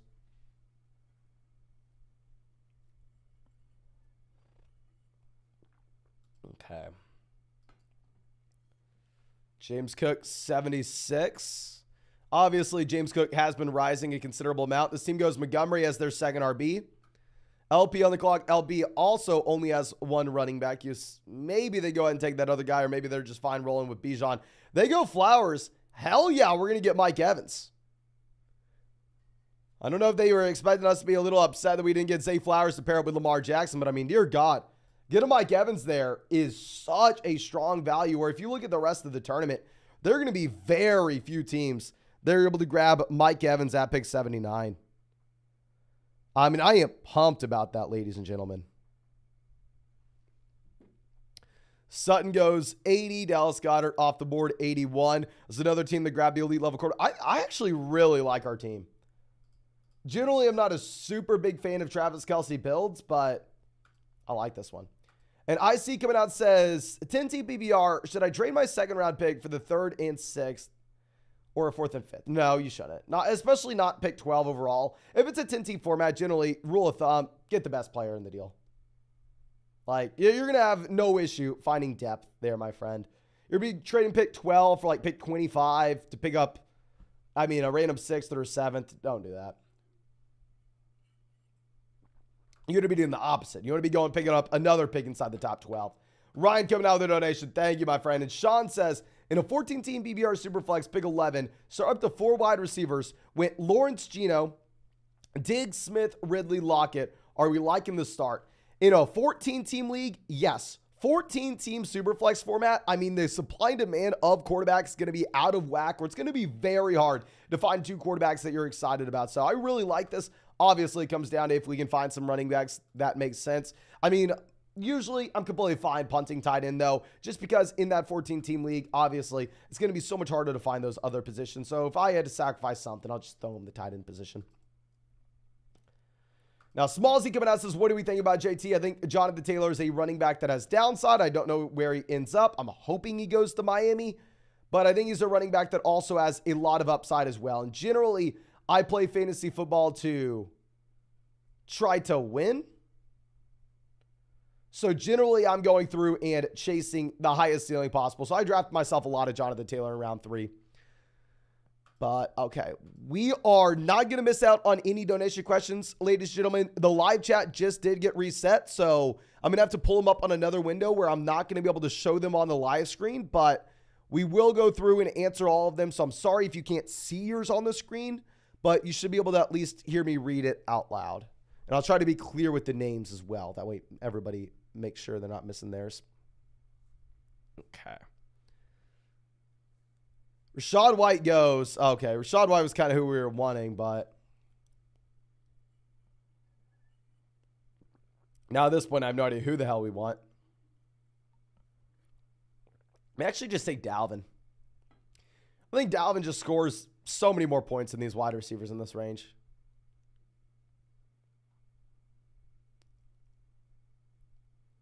Let's go Dalvin Cook. I don't necessarily know the correct decision there at pick 90. I feel like beforehand, all our picks were kind of standard, and I strongly stand by them. With that Dalvin Cook, babe, don't be following me into Dalvin Cook with that, but it is what it is. Nothing really stands out to us there. Okay. But our next question coming out from, I believe, Aaron, who says, in a 10-team app PBR, 3 wide receiver double flex, 2 running backs, we have Hurts, Saquon, Dillon, Tyreek, Watson, Mike Williams, Pittman, Kirk, Evans, Mark Andrews, Quentin Johnston, Elijah Mitchell, Dalton Kincaid, Darnell Mooney. Should I try to trade for an RB2 or just stick with it? No, my man, I know we've been talking about this team a lot over the past few live streams, and generally you are completely fine to go through and punt RB2, because if you are looking at this league where you can start at the 5 wide receivers, running back 2 inherently is just going to make up such a small percentage of your starting lineup output on a week-to-week basis, where if it was a league where you only started 2 wide receivers and 1 flex, I mean, you can't really afford to be weak at RB2 in that instance. If you're weak at RB2 there, I mean, it's going to be very hard for you to make it up elsewhere in the lineup. But here with this kind of team, where you're crushing your league mates in the flex spots, you're crushing them at wide receiver as well, actually, you're kind of fine in that instance, my friend. Okay. Now, our next question coming out from Zach says, I have my own league auction this Saturday. 10-team redraft, full PBR, super flex, 10 bench, double flex. Where should I spend the bulk of my cash? A little bit of a well-balanced format, but it is a 10-team league. Generally, I mean, in these auction-style drafts, back in the day, I used to think going with a well-balanced approach was the way that we wanted it. I used to think, oh, okay, yeah, I mean, we're not going to get the best player in the auction, but we're going to go through and we are going to have an extremely strong wide receiver 2, an extremely strong wide receiver 3. I'm going to have a great flex as well. And then everybody that was smart told me, Mason, no, come on, man. Come on. You got to go studs and duds. Studs and duds, studs and duds. I didn't understand it at first, but once you really just go through and learn how to work the waiver wire, I mean, studs and duds is so damn valuable, where if we could grab 2 elite level quarterbacks, if you could go like Jalen Hurts, Josh Allen in that league, I would be fine spending like 45% of my budget on those 2 guys and then just figuring it out elsewhere. I'd be fine spending up to 50% of my budget if we could grab both Jalen Hurts and like Josh Allen. Of course, it's super flex format, so it's going to be a little bit different if you're playing in a 1 QB league. But going over to our next question coming out from Jake, says in a 10-team PPR double flex, we have Burrow, Eckler, Taylor, Dobbins, Mitchell, Brian Robinson, Charbonnet. Wide receiver, we have Lamb, Higgins, Williams, Kirk, Burks, Marvin, Jerry Jeudy. Tight end, Travis Kelce. Elite quarterback, elite tight end. We have the stack with Higgins. Only thing I'd say, if we could trade like Lamb in a small piece like Kirk to go get Jamar Chase, we would do it. In reality, it's going to be much harder, I mean, much easier said than done. So we're probably just going to sit on our hands there, my man. Really do like that team. And yeah, the last round we go through and we take Anthony Richardson because, I mean, looking at that other team earlier that took both Patrick Mahomes as well as Jalen Hurts on the same team, I just do think that you are going to get these quarterbacks moved up. Anthony Richardson also has the elite level ceiling when it comes to his overall rushing upside, right? So I think getting Richardson there is going to be a little bit of a no-brainer. Okay. It's going to be a 2-6-8-2 build for this team.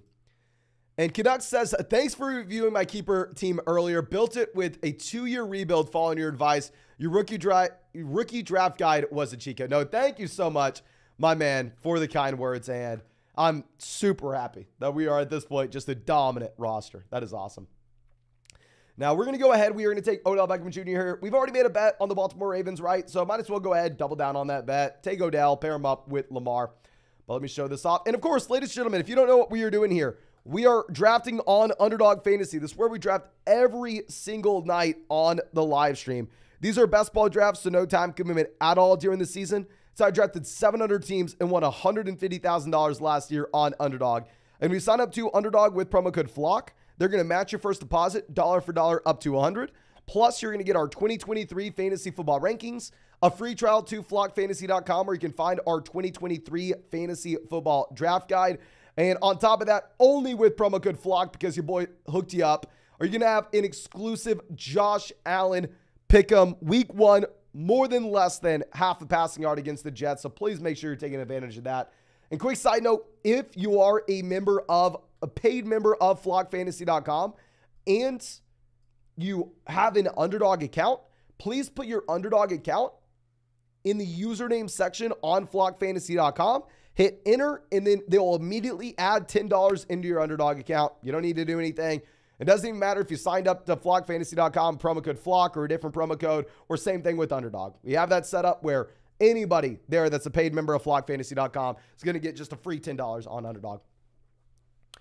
But our next donation coming out from Will Smith Sr. My man, I'm so sorry that we're not able to pull this donation up on the screen, but saying 10-team PPR, 2 running back, 2 wide receiver, tight end, 1 flex. 2 questions. We have Hurts, Henry, Mixon, Wilson, Olave, Goddard, London, Evans, Johnson, Penny, Zach Charbonnet, Tajay Spears. What do you think? Ooh, I love how we are constructing the bottom end of this team. Rashad Penny, Zach Charbonnet, Tajay Spears. The final 3 roster spots, that's generally what you want to be doing in your final 3 roster spots. Going through, taking 3 running backs that you think have access to high ceilings, low floors. We should get clarity early on. Beautiful, beautiful. We have the elite quarterback not rostering a backup. We have the stack with Dallas Goedert. We have running backs. That beautiful team, my man. And then waivers, should I get Pierce? I'm going to assume that's Alec Pierce. Damian Pierce would be obvious.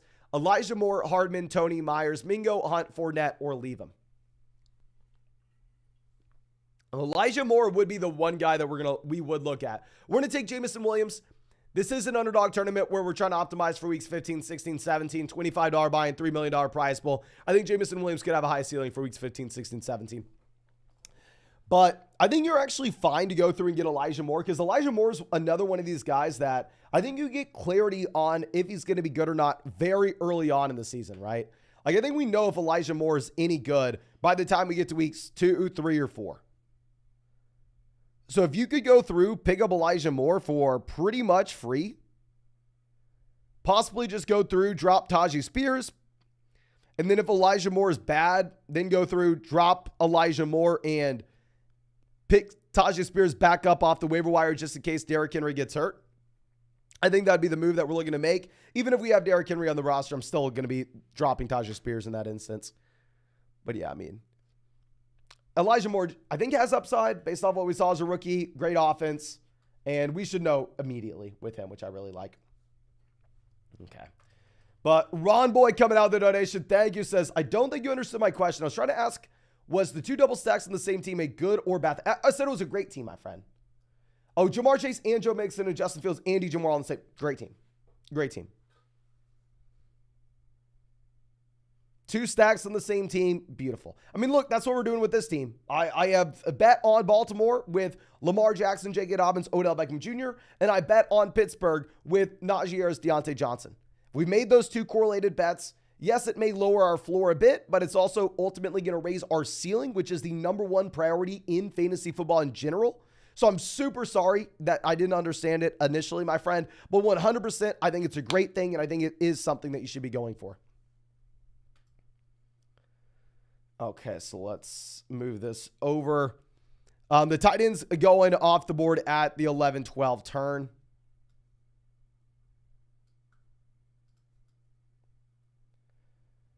We don't really need a tight end here when we have Kelsey, right? Rice Mooney off the board. So it looks like we will have a running back making it to us in 138.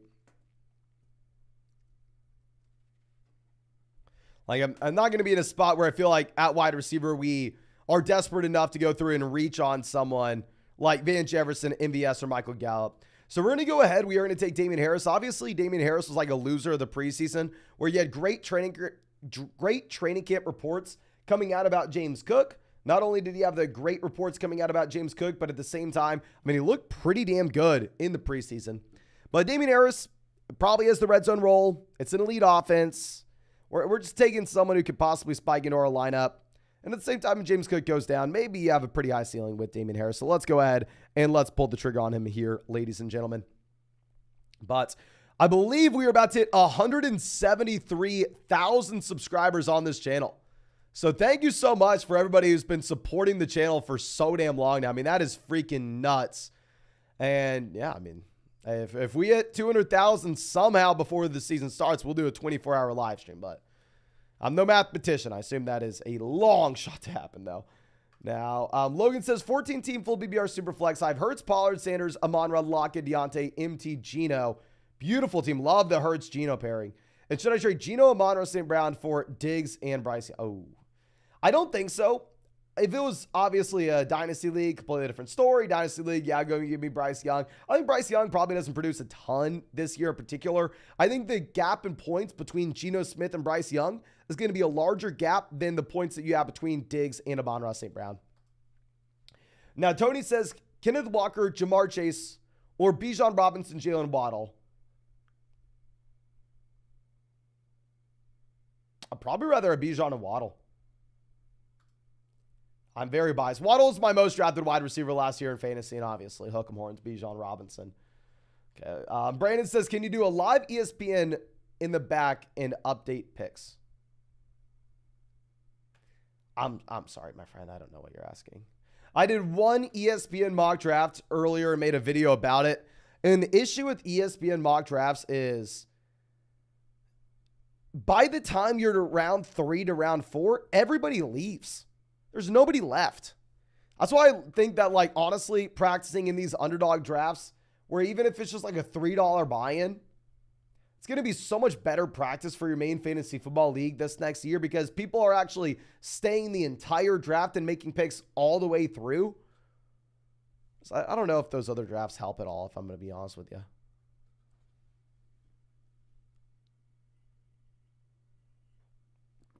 Okay, so Kenneth Gainwell's been a big-time riser. This team only has 3 running backs. They took Penny in the last round. Maybe they take Gainwell, essentially make a bet that you have a DeAndre Swift injury. Yeah, they go Gainwell. So we will take a wide receiver. Can everybody spam the chat? Would you rather have Van Jefferson or Michael Gallup? Let me see. I'm pulling my phone so I can see the bottom of the chat real quick. Are you going to go Van Jefferson or Michael Gallup?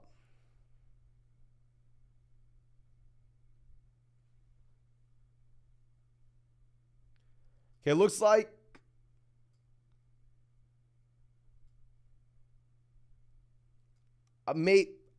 maybe more people were saying Michael Gallup. It was damn close. Looked like it was 55-45 in favor of Gallup. So we'll go ahead and we'll take Michael Gallup here, 151. I think he's obviously in a better offense than what you have with Van Jefferson, or at least that's how it looks right now. But Derek coming out says 10 TPBR where we have Tua, Bijan, Henry, Taylor, I believe Brian Robinson, Devon A. Chain, Khalil Herbert, Cooper Kupp, Devonta Smith, Amari Cooper, Jordan Addison, Jameson Williams, T.J. Hawkinson. Thinking about trading Cooper and Brian Robinson for Garrett Wilson and DJ. Oh, that would be beautiful. Way rather have Garrett Wilson over Amari Cooper. The pivot from Brian Robinson to DJ Moore fundamentally is not really going to be changing our team. Now, of course, if this is Bijan Robinson, then hell to the no. If it's Amari Cooper, Bijan Robinson for Garrett Wilson, DJ Moore, no.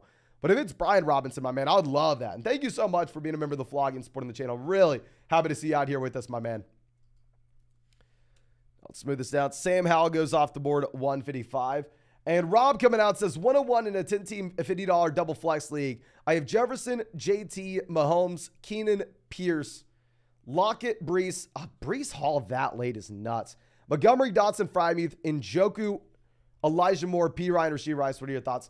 Yeah, I actually think you're completely fine if you wanted to roster both these tight ends. Both these tight ends have a lot of upside, but it's not like you're in the tier of like Kelsey, Andrews, where you know for a damn fact you can start them every single week. So, like the tight end situation, elite level quarterback, running backs. I think it's a great team. I like that we're trying to get the Mahomes stack there as well. I think it makes a lot of sense, my friend. Okay. So let's move this down. And James coming out says 10-team PPR, 1 quarterback, 2 running back, 2 wide receiver, tight end, and a flex. We have Lamar, Bijan, Etienne, Lamb, Christian Watson, Hawkinson, Lockett. And then on the bench, we have Ayuk, Sutton, Brian Robinson, Quentin Johnson, Zach Charbonnet. Is this good? Should we package Hawkinson and get to Andrews, Kelsey? I think it's a great team. And yeah, I really do like TJ Hawkinson, but specifically where you have Lamar Jackson and where we can more importantly afford to make that deal, I think it is intriguing, right? I mean, here you just have so much damn value with this team where you can afford to go TJ Hawkinson and Brandon Ayuk, get Mark Andrews in return, and then slide in Mark Andrews to play alongside Lamar Jackson. I do think that makes a lot of sense, my friend. Okay. Back at practice, doesn't share the same bias, Kelsey. We're only going to draft 2 tight ends. So we'll go ahead. We'll pull the trigger here. And we are going to take 6 running backs, 8 wide receivers. Obviously, in your regular redraft format, if you take Lamar, if you take Kelsey, you're not taking another quarterback or tight end through the rest of the draft. But in best ball, you have to. Now, we are going to fire up another draft after this one, ladies and gentlemen. We're going to make our rounds 15, 16 selections. And then we will fire into our next Best Ball Mania draft on Underdog. But let's move this over. Next one coming out from Drew says, Lawrence, Rashad White, Akers, Devontae Adams, A.J. Brown, George Kittle, Calvin Ridley. I like it. I think we need to be rostering as many running backs as possible on the bench. That way we can hopefully hit on some running backs with high upside off the waiver wire. And Abel says, tell it to me straight, Mason. Am I crazy for wanting to draft Bijan at the 103 over CMC? I've been burnt by CMC in 2020, 2021. I may be bad luck. I think you are crazy, my man, now. I'm very biased with both players. Not to flex, but for the purpose of flexing. CMC won us $100,000 in the Big Dog tournament last year on Underdog. And on top of that, he won us the $20,000 tournament for the Bulldog 2 on Underdog as well. But I'm biased on the other end, where I'm a Texas Longhorn. I interviewed Bijan at the draft. I've met him in real life. So I don't know. I'm gonna go CMC still. I think you have to. Gabe says, would you trade Olave for Jonathan Taylor in a full PPR format? If it is a super shallow format where you only start 2 wide receivers, 1 flex, it's like a 10-team league, then maybe. And probably a league with balance, probably not. Hunter says, sup dog, big buy-in in a 14-team full BBR redraft league where we have 1 running back, 3 wide receivers, 1 flex. Any tips? Love the videos, bro. Thanks. So thank you so much, my man. Honestly, we're going to go hero RB here. I think the issue is when you transition from a league where you start 2 running backs to 1 running back, a lot of people don't think that they need to fundamentally change the amount of wide receivers versus running backs that they're rostering. You don't really need to roster too many running backs. You have 2 to 3 running backs you feel cool with, you're done. I think we can 100% afford an elite level quarterback, 100% afford an elite level tight end. And I think that you can honestly just kind of straight up punt running back if you only have to start run, even if it is a 14-team league. Now, Country Miller off the board. We'll go ahead. We'll take a wide receiver. I mean, by no means am I wanting to take Tank Dell. So we'll just grab Donovan Peoples-Jones here, 175. He had some usable weeks last year, and at the same time, should have better quarterback play this next season. Should be a better offense overall. Now, Professor X says, do we really think Stevenson's going to do well with Zeke there? Zeke is a way better receiver than Harris ever was. No way Stevenson's getting 80 receptions again. Let's say Stevenson's probably not getting 80 receptions again, right? But if he was, like, guaranteed to get 80 receptions again, he would be going way higher than he is right now in drafts. So I think it's kind of priced in that Ezekiel Elliott should have a pretty large role here and should take a considerable amount of look from Ramondre Stevenson. I think Ramondre round 4, round 5 is completely fine, as long as you're taking him after like Travis Etienne, that is. Matt says, any first-time dynasty advice? We got the 5th pick. My man, I would definitely go and try to, if you are a first-time dynasty fantasy football player, go try to binge some of our videos, the Dynasty Football Flock on YouTube. I actually started on YouTube making Dynasty fantasy football content. Like, that's my bread and butter. I mean, I love Dynasty. We have the largest Dynasty channel on YouTube. I say, honestly, the best as well. But Nah coming out says, 10-team PPR, 3 wide receiver, double flex. We have Richardson, Bijan, James Cook, Lamb, Smith, Ridley, Hawkinson, Hopkins, Akers starting. And then on the bench, we have Pacheco, Hunt, Pacheco again. Do we have Pacheco's younger brother? This is a Devy league? Addison, Jamison Williams, Daniel Jones. Do I need to upgrade at quarterback? No, honestly, if it's going to be a league where you can start up to 5 wide receivers, I think you're more so in prioritizing trying to get as many wide receivers that we can play as possible, while at the same time, you're not going to see as high a percentage of your starting lineup output coming from the quarterback position. So I'm actually completely fine going through rostering Anthony Richardson and Daniel Jones. I mean, both these guys have a lot of upside, right? You start Daniel Jones at the beginning of the year with his rushing upside, and then also have the upside later on in the season when it comes to Anthony Richardson. Ben asking how we like his team at pick 2. Let's go ahead and let's check out Ben's team at 2 here. Jefferson out the gate obviously is exciting. Henry, Allen, I think you have to go Allen here as a no-brainer pick once you see that team at 24-25. Take both quarterbacks.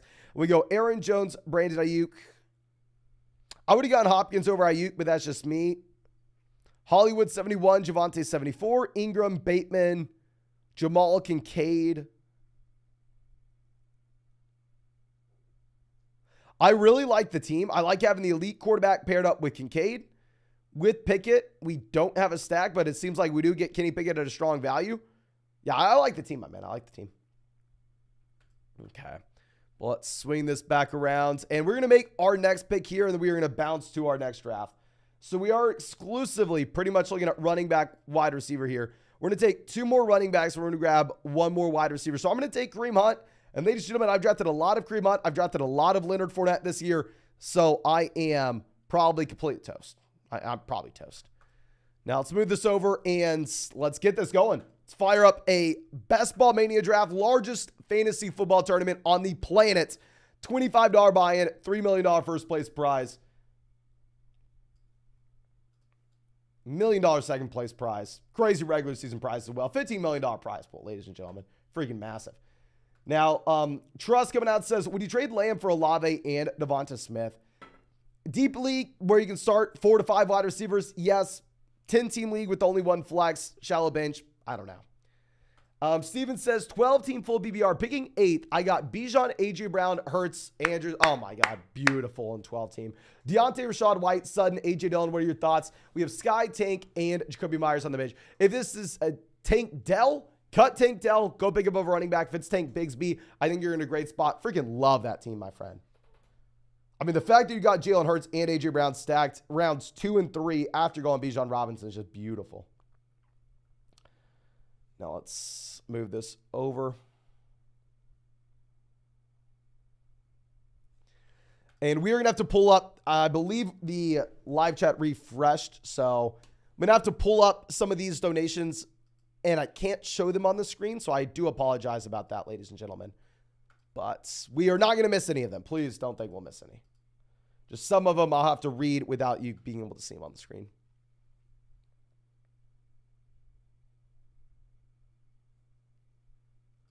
Okay, so what the hell? Amon-Ra St. Brown out off the board at 1.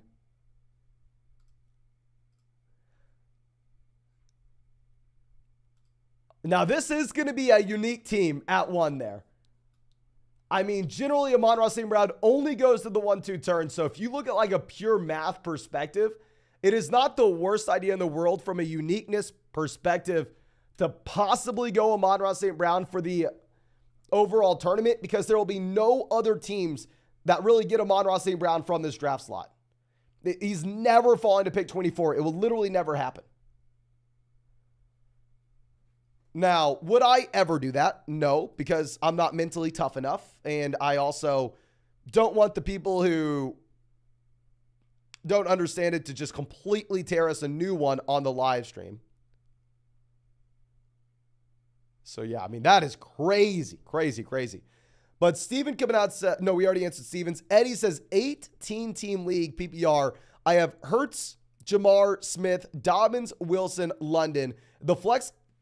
London the flex, Conklin at tight end. Bench is Zeke, Gainwell, Lazard, MVS. So 18-team league, obviously having to go way deeper. We get the elite level quarterback. I mean, it just comes down to, can we work the waiver wire? I mean, we have the elite wide receivers. We have Smith stacked up with Jalen Hurts. That makes a lot of sense. Can Dobbins come through with us? And can we at the same time find a running back 2 off waivers? If we can, beautiful, perfect. Well, that's the main thing that we're looking for, my friend. Now, Matt coming out says, a 14-team standard. We have Lamar, St. Brown, Addison, Saquon, Kamara, Williams, Hawkinson, Elijah Moore, Quentin Johnson, Kadarius Toney, Jameson Williams, Marvin Mims. I like the team, obviously, 14-team league. We're going to go a little deeper. I don't like having Mims, Johnston, Toney, Jameson all on the same roster because none of these guys are going to be productive in the short term. These are all going to be options for the long term. So it may put us in a little bit of a difficult position out the gate, but one other side note is when you say standard, if you mean like standard PPR, then I don't really make too many moves. But if it's a non-PPR format, and that's what some people mean by standard, it just means different things to different people.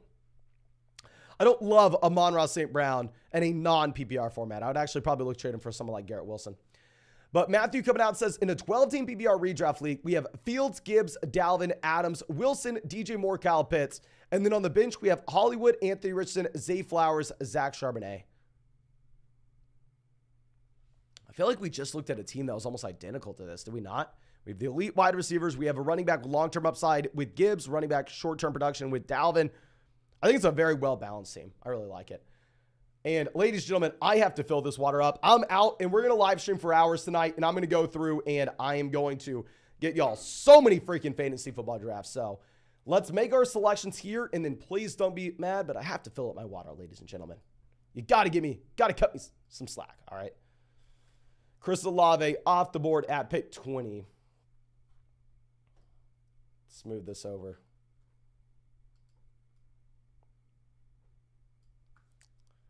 Jimmer Range. I think this is Jimmer Buckets, another YouTuber out here. At 21 goes Jalen Waddle. If we would have got Jalen Waddle, that would have been so freaking pumped. We're going to make the boring selection. We're going to do what we always do. We're just going to take Jalen Hurts here at the 2-3 turn. Like, I'm sorry. I just think that Jalen Hurts scores a zillion points this next year. Like, Jalen Hurts won us a lot of money in underdog drafts last season. I wasn't going to take him with a 1-2 turn, but here, like next to guys like Devonta Smith, Calvin Ridley, T. Higgins, the opportunity cost is so much less than it used to be. We'll take him. Let's see what the team at 1 does. They go Calvin Ridley to pair up with Amon-Ra St. Brown and Josh Jacobs. This team has Jefferson Smith out the gate.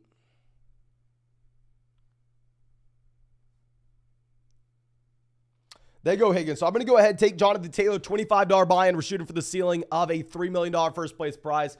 And let me go fill up my water, ladies and gentlemen, and I'll be back in literally 1 second.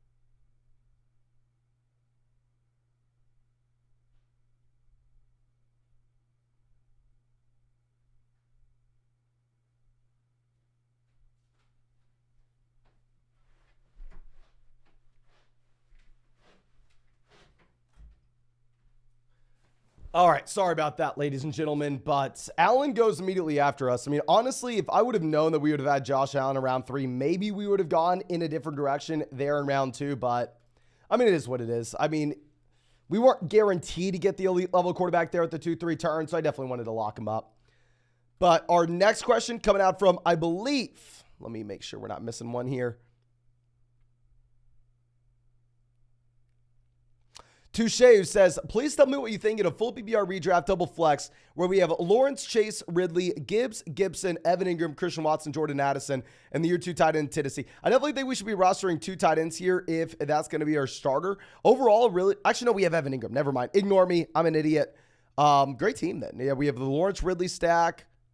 We have the elite wide receiver with Chase. We have the running back upside. Great team. I love it. Let's make sure we're rostering running backs down there on the bench as well, though. Now, WRM says 10-team standard double flex.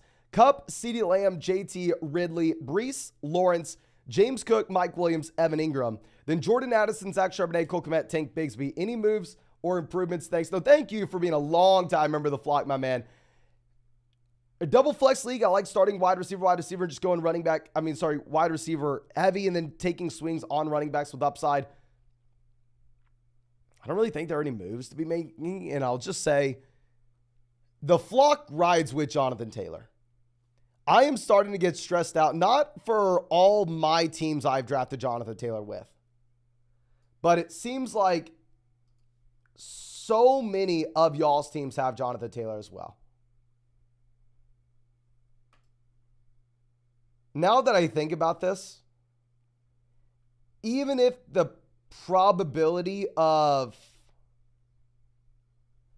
Jonathan Taylor not playing is 5%, 10%, even if it's tiny, it is probably a horrendous business decision for me to tell this many people to take Jonathan Taylor.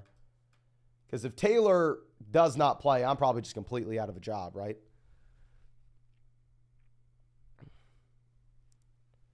For the love of God, Jonathan Taylor, play. Please.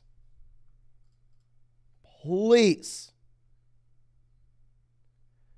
I'm getting nervous. So many of y'all have Taylor. I have invested an unbelievable amount into Jonathan Taylor as well. But please, guys. We're chasing the ceiling. Don't be so pissed at me if it goes wrong.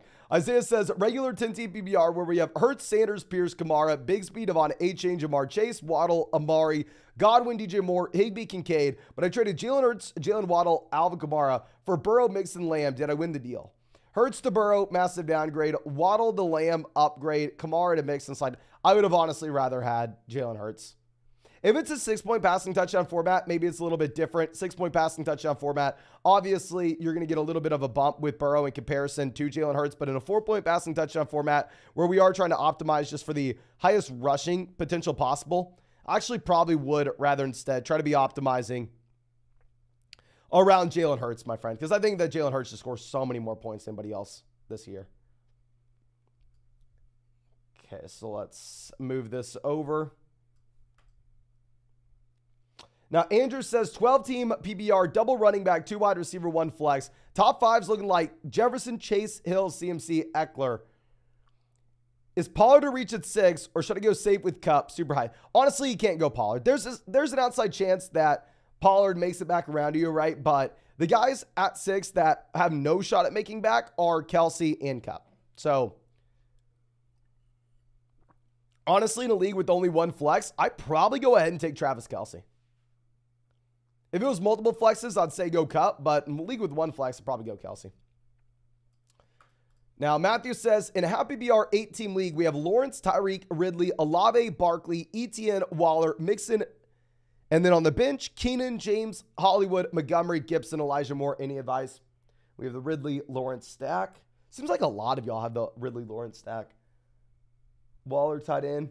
Generally, I'd sell Waller for Hawkinson or Kittle if we could get him. I know everybody's super pumped on Waller, but video coming out tomorrow explaining really why I'm looking to do that. Also, I'd say in general, I mean, if we could go through and possibly actually, let's do this. It's an 8-team league. Let's just get Kelsey. Let's overpay for it. Let's go trade Darren Waller, Chris Olave for Travis Kelsey. Slide Keenan Allen into the starting lineup. I think the points per game bump that we're going to be getting from going to Darren Waller to Travis Kelsey is going to outweigh the points per game decline that we're going to go from, say, Chris Olave to Keenan Allen.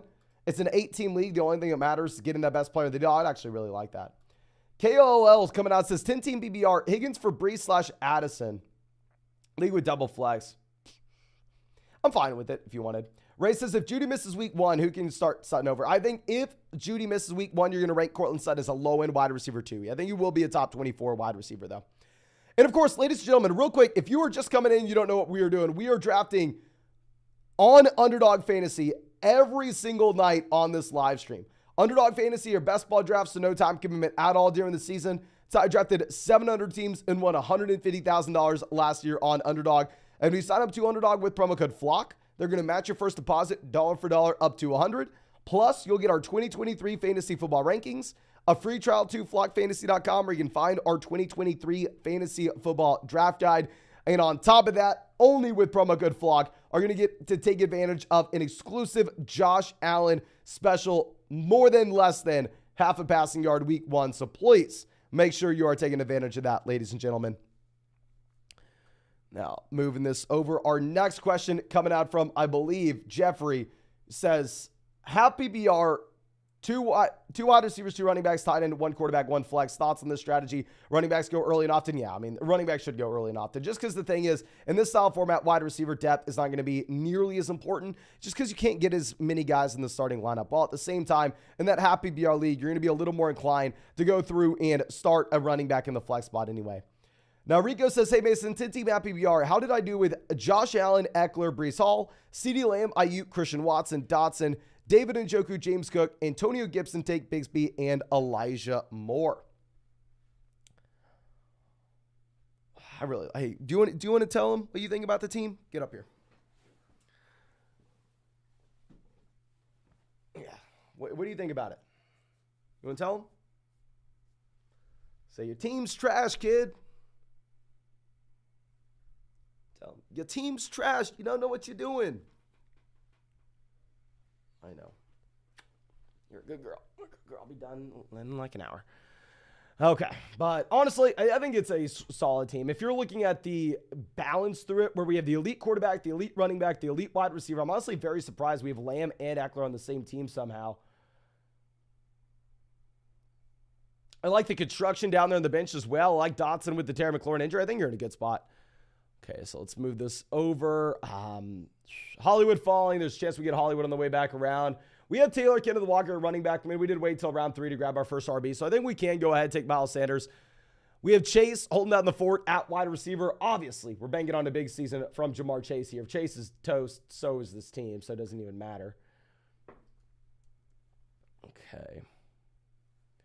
Now coming over, and Vinny says, thoughts on team 9 in this draft. Okay, let's go ahead and let's check out Vinny's team at 9. Hopefully, Vinny, your captain coach. I believe maybe we're talking about the last draft. I don't know, but we'll see. Team 9 in this draft. Eckler, ETN, running backs, both at a strong value. Adams, Amari, wide receiver. I love Adams there at 16. Lawrence at 64. I'm fine with Lawrence pairing up with ETN. I definitely look for like Evan Ingram, Zay Jones on the way back around if we decided to do that. McLaurin 57 is just difficult, right? You're pretty much just having to make a stance on what you think about the turf toe injury. And personally, I don't know what to think. I just don't know. Okay. So let's move this over. We are back up on the clock. Okay, the dog's out of the rooms. Scoot up. And yeah, we're going to go Hollywood Brown. Like we said when we took Miles Sanders, I mean, Hollywood Brown has been falling a lot in these drafts as of late. In the case of Hollywood, it's more about injury news to Kyler Murray and just the fact that the Cardinals look like they're probably not playing to win this next season. Whereas in the case of like Jackson Smith and Jigba, he himself is injured, where I'm going to be a little more inclined to say, yeah, his fall is probably well-deserved. But Hunter coming out says, what should I prioritize in a 14-team PPR redraft? 14-team league, I'd actually say you're probably going to be bumping up running backs, wide receivers, because the depth's going to be harder to come by later on. And I'm actually going to be looking to punt tight end in a 14-team league unless you grab one at a great value. But Louis coming out says, in keepers leagues, do I keep Diggs or Josh Allen? I would go Diggs over Josh Allen, my friend. You can still get Allen on the way back around, though. Now, Gilbert, happy to see you, my man. Says, thoughts on Skip Bayless's new Undisputed cast. Also go to sleep. Okay. First off, my man, I have no idea what's going on with Skip Bayless. Sadly, I am not on his level, so I'm not even in the stratosphere. I don't know what the Undisputed cast is. I'm assuming he's still on ESPN. I know a lot of people got fired on ESPN, but I can't wait. But thank you so much. Happy to see you out here, my man. Had a ton of fun the other night, and so did Elliot. But okay, Pennant coming out says 18 PPR, 1 flex. How good is Kelsey or a top 3 quarterback? Yeah, this is the only thing that matters, right? 18 league, 1 flex. You're just going to have so many running back, wide receiver values later on that you don't necessarily want to be in a spot where you pass on the only guy that can give you like an elite skill positional advantage in Travis Kelce. 8-team league. Please. Please. Okay, so I see everybody spamming JT traded. Are y'all serious? I feel like I got a text if Jonathan Taylor was traded. See, half people saying in the chat that it's a joke, blah, blah, blah. Let me figure this out.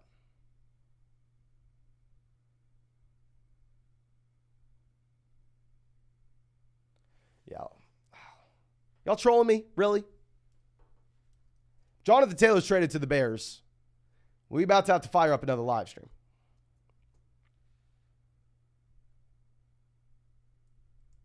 Imagine my phone would be blowing up, and imagine I'd have 10 texts by now. And if I hadn't, my sources are fired.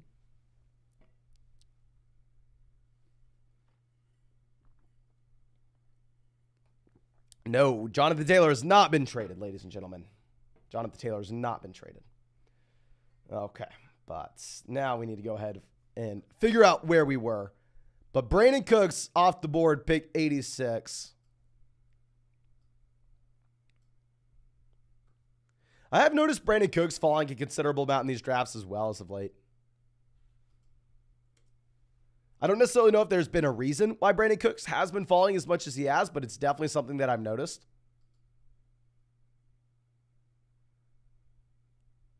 Okay, now, next question coming out from Joseph says, yo, I'm pick 12 in a 12-team PPR format. 1 quarterback, 3 wide receivers, 2 running backs, a tight end, and a flex. I'm thinking of doubling down a wide receiver. Garrett Wilson and Diggs would be sick. What are your thoughts? I would be fine with it because it's a full PPR league where you start up to 3 wide receivers and it's a 12-team league. With that being said, if you have a great value like Bijan Robinson falling to you at pick 12, Please don't think, okay, this was my plan coming in. This is what I have to do. Obviously, maintain the flexibility and take the best values where you can get it. But yeah, I think that honestly, you're probably in a spot where, yeah, in that kind of format, you can't go wide receiver. But Saram, always happy to see you, my man says, I got to pick one of my draft in a non-PPR format. How should I construct my draft and who should I be picking at one? So I've been working on my non-PPR rankings and oh my gosh, it's just tough. It's tough. Because like we want to be saying, okay, non-PPR, you're going to be pushing running backs up, wide receivers down. But with that being said, can I tell someone to not draft Justin Jefferson? Like, can you get away from drafting Justin Jefferson in a non-PPR format? Because the other running backs at the top, they're at the top because of their receiving down skill set. Eckler, CMC, Bijan Robinson. So can y'all spam the chat real quick? Ladies and gentlemen, I'm going to pull up the chat on my phone just so I can see the very bottom of it. Who are you taking out the gate at one? Are you still going to go Justin Jefferson in a non-PPR format?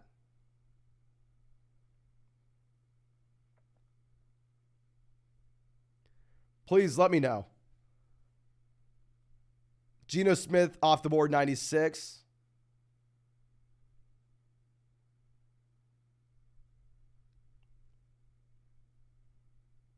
McKinnon goes 97. That team's just doing whatever the hell they want. Most people are saying you still go Jefferson. The only thing I'd say is then at that point, if you go Jefferson round one in a non-PPR format, you really need to be following it up with running back selections after. However, because every other position is going to inherently score fewer points in that non-PPR league outside of, here, wait one sec. Tua's not in play. Richardson, I guess we can go Rich.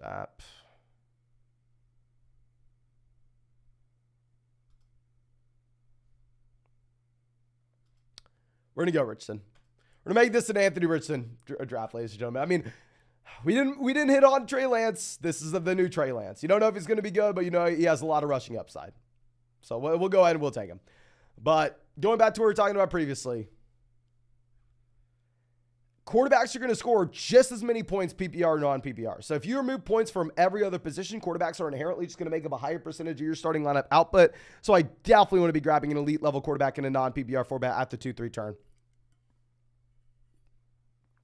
But YRN Leon says 12-team full PPR, Burrow, Richardson at quarterback. Running back, we have Najee, Sanders, McKinnon. Wide receiver, we have Chase, St. Brown, Wilson, Godwin, Brandon Cooks, Hollywood, Addison, Rondale. Tight end, we have Kmet. If Kmet's your tight end, I would actually look to let go of one of these wide receivers, such as like Rondale Moore. Pick up another tight end off the waiver wire just so we can have another bite at the apple. I mean, when we're sitting with Jamar Chase, Amon-Ra St. Brown, Garrett Wilson, Chris Godwin, then Brandon Cooks, Hollywood Brown, Jordan Addison. Rondale Moore is your wide receiver 8's literally doing nothing. Cut Rondale Moore, pick up another tight end. And I wouldn't even mind if you wanted to pack together like Jordan Addison and Miles Sanders, go get a running back upgrade at the same time. I mean, just because we have so much freaking wide receiver production. And after we go Anthony Richardson, you have some more quarterbacks going, which is obviously what we want to see. I mean, you can draft a second quarterback that of relevance in a best ball league, even when we have Jalen Hurts. But we can't draft a third quarterback if we go Jalen Hurts and Anthony Richardson here. Now, Omar says in a half-point PPR, 12-team casual ESPN draft, I got the 5th pick. Do you think Bijan would be a bad pick over Kelsey, Kupp, and Tyreek?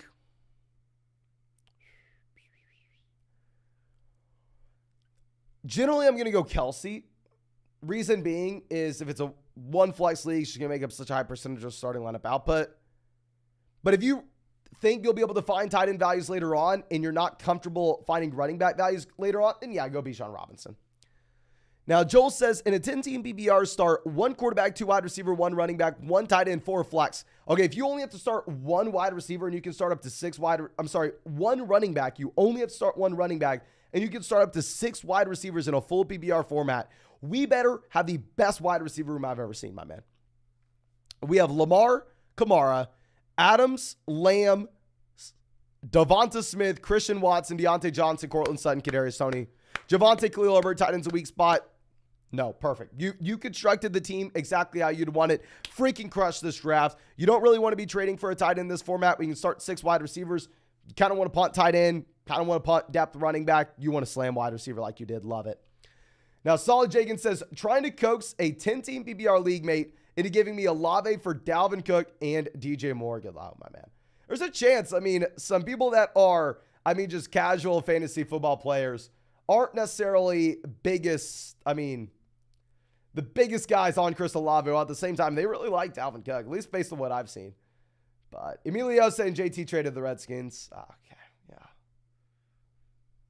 yeah. I wish Jonathan Taylor was traded.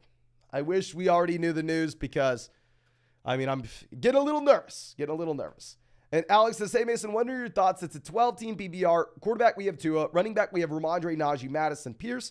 Wide receiver, we have Jefferson, McLaurin, Deontay Cooks, Flowers, Sutton. Tight end, we have Kincaid, Juwan Johnson. NFL app has projected us 0-15.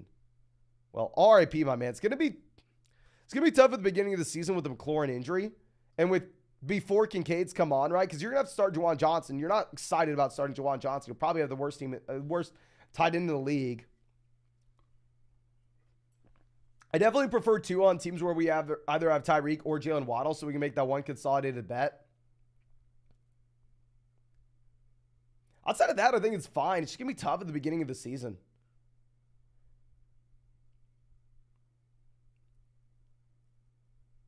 And I generally don't know who we took at the 2-3 turn. I think it looks like we're just missing a player or two, Once we get McLaurin back, once we get the Kincaid breakout, I think it should be fine, though. Now, Jalen Warren off the board, 116. Cousins goes 117. Do we just take Dobbs? We'll just take Dobbs. Dobbs dealing with a hamstring injury. Looked good in the preseason. Falls 10 picks past ADP. We have some flexibility where we can look at a couple of these different running backs on the way back around 123. Wide receivers are kind of gross after this range. If we wanted someone, maybe we look at Jameson. Emmanuel says, 12-team PPR, pick 11. Bijan, Lamb, Devonta Smith, Stevenson, Fields, Hall, Sanders, Ayuk, Sutton, Schultz, Charbonnet, and Zay Jones. How to punt tight end, thoughts and advice. So, generally, yeah, we have Dalton Schultz tight end. I'm actually kind of fine with Dalton Schultz, but Zay Jones, as our last guy on the roster, I'll definitely cut him, pick up another tight end just in case Schultz doesn't work out, because we do have some wide receivers that we can be very confident with overall. And I do like the team, love the elite level quarterback. Hopefully, it's a 4-point passing touchdown format in the instance of us wanting to push up Justin Fields, right?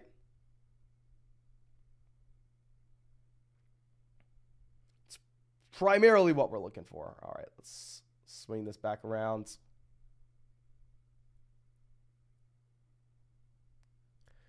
Jacoby Myers off the board at 120. What is this squad team? Yeah, this squad team's just doing whatever they want, right? They're going a little wild here. Okay. But Lasagna Lover says, JT just traded to my high school football team. He's going to crush it this year. If Jonathan Taylor played running back at any high school football team, I don't know if it'd be as good as when Derrick Henry was in high school, but it would be pretty freaking nuts, my man. Isaiah says, what should I do now that I traded Hurts, Waddle, Kamara for Burrow, Lamb, Mixon? I think you kind of sit on your hands, my man. The thing is, when you make that one consolidated bet on that Cincinnati Bengals offense, really you only need one thing to happen. You just need the Cincinnati Bengals to be a much better offense than people are projecting this next season. If Cincinnati's like a top 2 offense in the NFL, if they beat out the Kansas City Chiefs and all of a sudden Burrow's the top 3 quarterback while Mixon's a top 5 RB, you can't crush it in that instance. Now we're going to go Rashad Penny to pair up with Jalen Hurts. We already made a bet on Philadelphia, right? We didn't stack Jalen Hurts earlier on. Now I will say Penny doesn't correlate super well with Jalen Hurts, considering the fact that Penny's more so going to be the rushing option here. He's not going to be the guy that you're looking for in terms of a receiving role out of this backfield. But still, we would like to go ahead and go through, bet on this one offense. And I think we can do that by taking Penny. But let's move this down. And our next question coming out from, I believe, South says 10-team PPR where we have Fields, Kupp, Amon-Ra St. Brown, Damian Pierce, Alexander Madison, Dalton Kincaid, Calvin Ridley, Rashad White, Isaiah Pacheco, Jordan Addison, Zay Flowers. Your 2 tight end Tennessee, Jordan Love. I honestly don't think we need to roster Jordan Love if we have Justin Fields here and it's a 10-team league. I mean, it's a little bit of a deeper roster overall, but still. We have Kupp, Amon-Ra St. Brown, the elite level wide receivers. We just don't have the guaranteed running back production, right? I just want to be rostering as many running backs as we can that have upside. I'm fine rostering 2 tight ends if Kincaid's going to be our number 1 guy, just because Kincaid's probably not going to produce in the beginning portion of the season. Yeah, just drop Jordan Love for another running back. I like it, my man. Now, Miles says, ESPN 10-team PPR, we have Chubb, CMC, Gibbs, Kamara, Hall, McKinnon. Who should I package / trade together for a receiver? We only have Waddle and Michael Thomas. So obviously we wanted to keep Chubb, CMC if we can. I think the primary trade's going to be by trading away Alvin Kamara, Jarrett McKinnon, or Alvin Kamara and Michael Thomas. See if we can find a Saints fan, get a wide receiver that we really like in return. I mean, just generally, if we're looking at Alvin Kamara, it's going to be tough because you're also going to be burning a raw spot for the first 3 weeks, getting nothing from him, right? Now, Adam says non-PBR thinner running back was offered Kamara and Fields for Mahomes. Would you consider it? Nope. Non-PBR, I mean, that's not where you want Kamara. You want Kamara's value to you is as a pass catcher. I agree. Running backs get pushed up in a non-PBR format, but you're not necessarily bumping up Kamara. You want him because of the receptions. Isaac says Jefferson or CMC in a 14-team league where we only start 1 running back. If you only start 1 running back, I'm actually going to go Justin Jefferson, my friend. And Omar says if I go Kelsey at pick 5 and half point PPR casual ESPN league, should I get Mahomes in the 2nd round or someone like Jacobs or Waddle? I probably wouldn't go Waddle in round 2, honestly, in your regular ESPN draft. I think you either go with the 3-down running back if one falls to you, or Patrick Mahomes. It really does come down to the platform you're playing on and if you think you're going to be able to get an elite level quarterback round 3. Like if you think you get Hurts round 3, then you really don't need to take Mahomes round 2, even if it would stack with Kelsey. But if you think if you pass on Mahomes round 2, you're just not going to get an elite level quarterback, then honestly, I would go ahead and I would just take Mahomes. But let's go. And Sam Hussein coming out says, should I trade Diggs for Jalen Hurts to get the stack with A.J. Brown? No, I think you need a little bit more in return. Or should I just keep my Lawrence really stacked? I know Lawrence says trade value in my league. It's half point for what I would rather do is I would rather try to trade Trevor Lawrence with a lower tier wide receiver. Actually, let me walk this back. If we could go Trevor Lawrence with a lower tier wide receiver to that team for Jalen Hurts, I think that'd make a lot of sense. Say if we had DJ Moore, right? If we go Trevor Lawrence, DJ Moore for Jalen Hurts, rather than trading Diggs straight up for Jalen Hurts, I think I would way rather prefer that, my friend, to go ahead and get that elite level stack with A.J. Brown. Okay, now GS says 12-team auction at PBR. Burrow, Barkley, Mostert, Lamb, Higgins, Kittle, McLaurin, Jameson, Roschon, Damian Harris, Geno, Mims, Edwards. Thoughts on the RBs? I don't necessarily think Gus Edwards has any upside whatsoever. I think you drop Gus Edwards and find someone else. It's not that. It's just tough because a lot of these guys we're rostering aren't going to do anything early. Jameson Williams isn't going to be able to do anything early for you. Roschon's not doing anything early. Mims isn't doing anything early. I'd probably drop Mims as well. Actually, you can hold on to Mims just in case. Like this Jerry Jeudy injury is very serious, and Jerry Jeudy does end up missing a considerable amount of time, right? Okay, let's swing this back around. Higbee off the board at 139. And Abel says trade JT in London for Amon-Ra and James Conner / Isaiah Pacheco.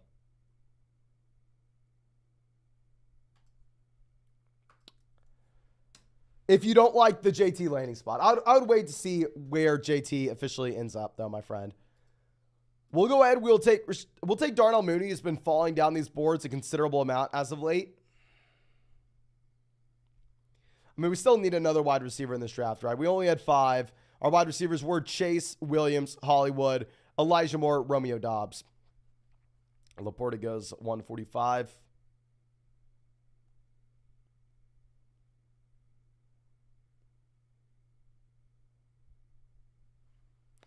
Van Jefferson off the board. So we'll go ahead and we'll take Devon Achane. I mean, with Devon Achane here, running back dealing with the shoulder injury, you don't like it. Also, there's an outside chance that they do bring in another running back. I mean, if they bring in Jonathan Taylor, then obviously Devon Achane is just complete toast. But still, at the same time, I mean, this is someone that has at least a reason to be looked at, right?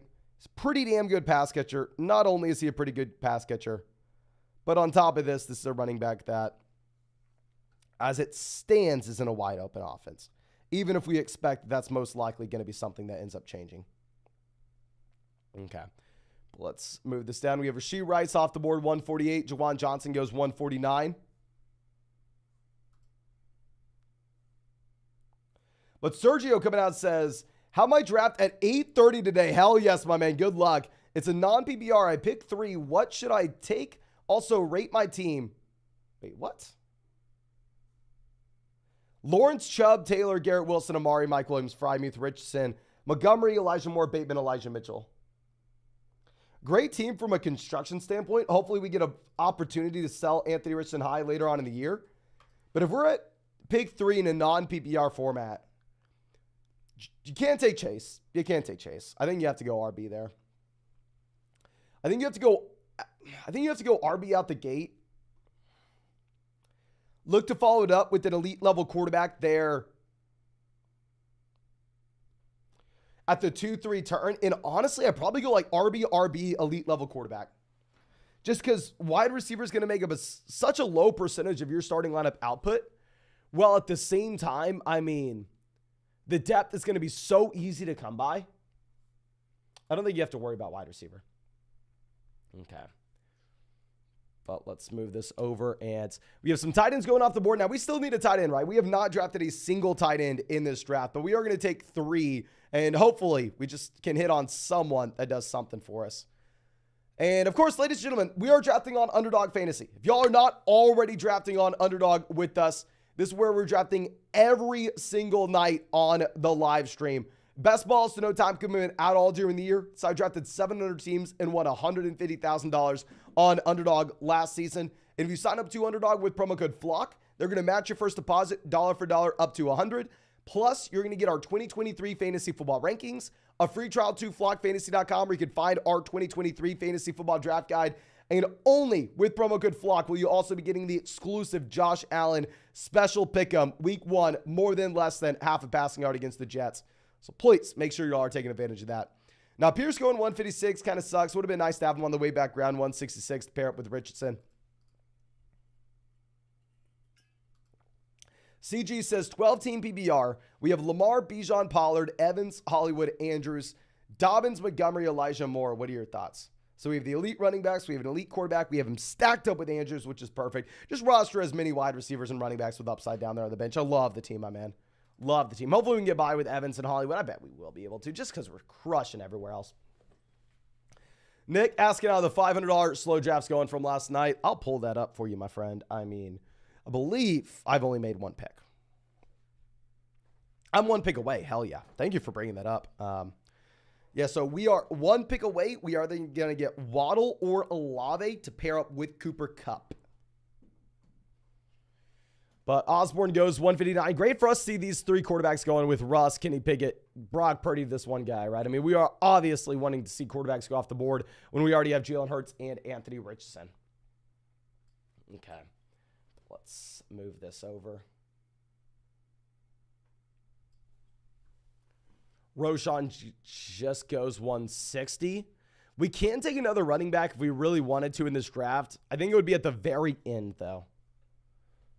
Probably opt to try to grab wide receiver here if I can. Obviously, we're still looking at tight end. We have 0 tight ends. Hyatt goes 161 to Chi-Town True. We got a ton of members of the flock out here in this draft with us. Pretty much every single pick in this draft is a member of the flock. Thank you so much, everybody, for coming to hang out. I really, really appreciate y'all.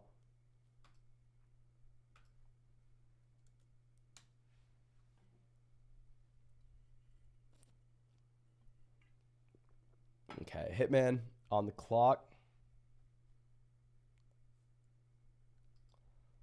Dino Nugget coming out with the possible best YouTube name there is. Dino Nugget is an elite YouTube name, my friend. Isaiah Hodgins goes 164. We could go Rondale Moore, pair him up with Hollywood Brown, essentially make a bet that the Arizona Cardinals offense is better than people expect.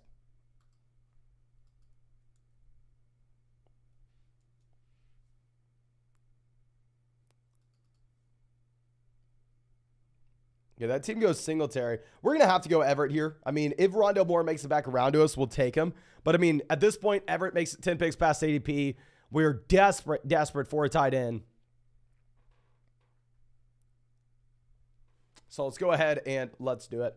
And yeah, no, Tune is actually the potential starting quarterback for the Arizona Cardinals week 1. When people were saying this a month ago, I was like, come on. Who the hell are you kidding? But Colt McCoy was cut today. Colt McCoy cut today. Means Tune's maybe in play. Yeah. Yeah, I agree. It is wild. But the Arizona Cardinals are in full-blown tank mode, which is why now Hollywood Brown goes as a wide receiver 4 in these drafts, right? Which is why James Conner goes so much lower than other 3-down running backs. It's also why you're seeing guys like Rondale Moore here fall. Kareem Hunt, Deion Jackson both goes. Yeah, so we're going to take Rondale Moore or Jayden Reed, whoever falls. Jayden Reed would pair up with Romeo Doubs. Rondale Moore would have paired up with Hollywood. Yeah, so we're going to go Jayden Reed, pair him up with Doubs. And ladies and gentlemen, I have a million podcasts to make breaking down members of the Flock's fantasy football teams that signed up to flockfantasy.com. So I am probably going to cut the live stream here, but of course, I'll be live streaming tomorrow, the next day. I'm live streaming every single day until 2024. So if you have not done so already, please go down there, subscribe to the channel, drop a like on this stream. And if you want to get in our next draft with us, whether that's tonight, tomorrow night, the next night, we're drafting every single night. You can find that link to Underdog Fantasy in the live chat description comment section. Promo code FLOCK, 100% deposit match, plus our 2023 fantasy football rankings. Free trial at theflockfantasy.com where you can get our 2023 fantasy football draft guide. But thank you again, ladies and gentlemen. Really, really do appreciate y'all and really hope that I get to see you out with the live stream tomorrow night.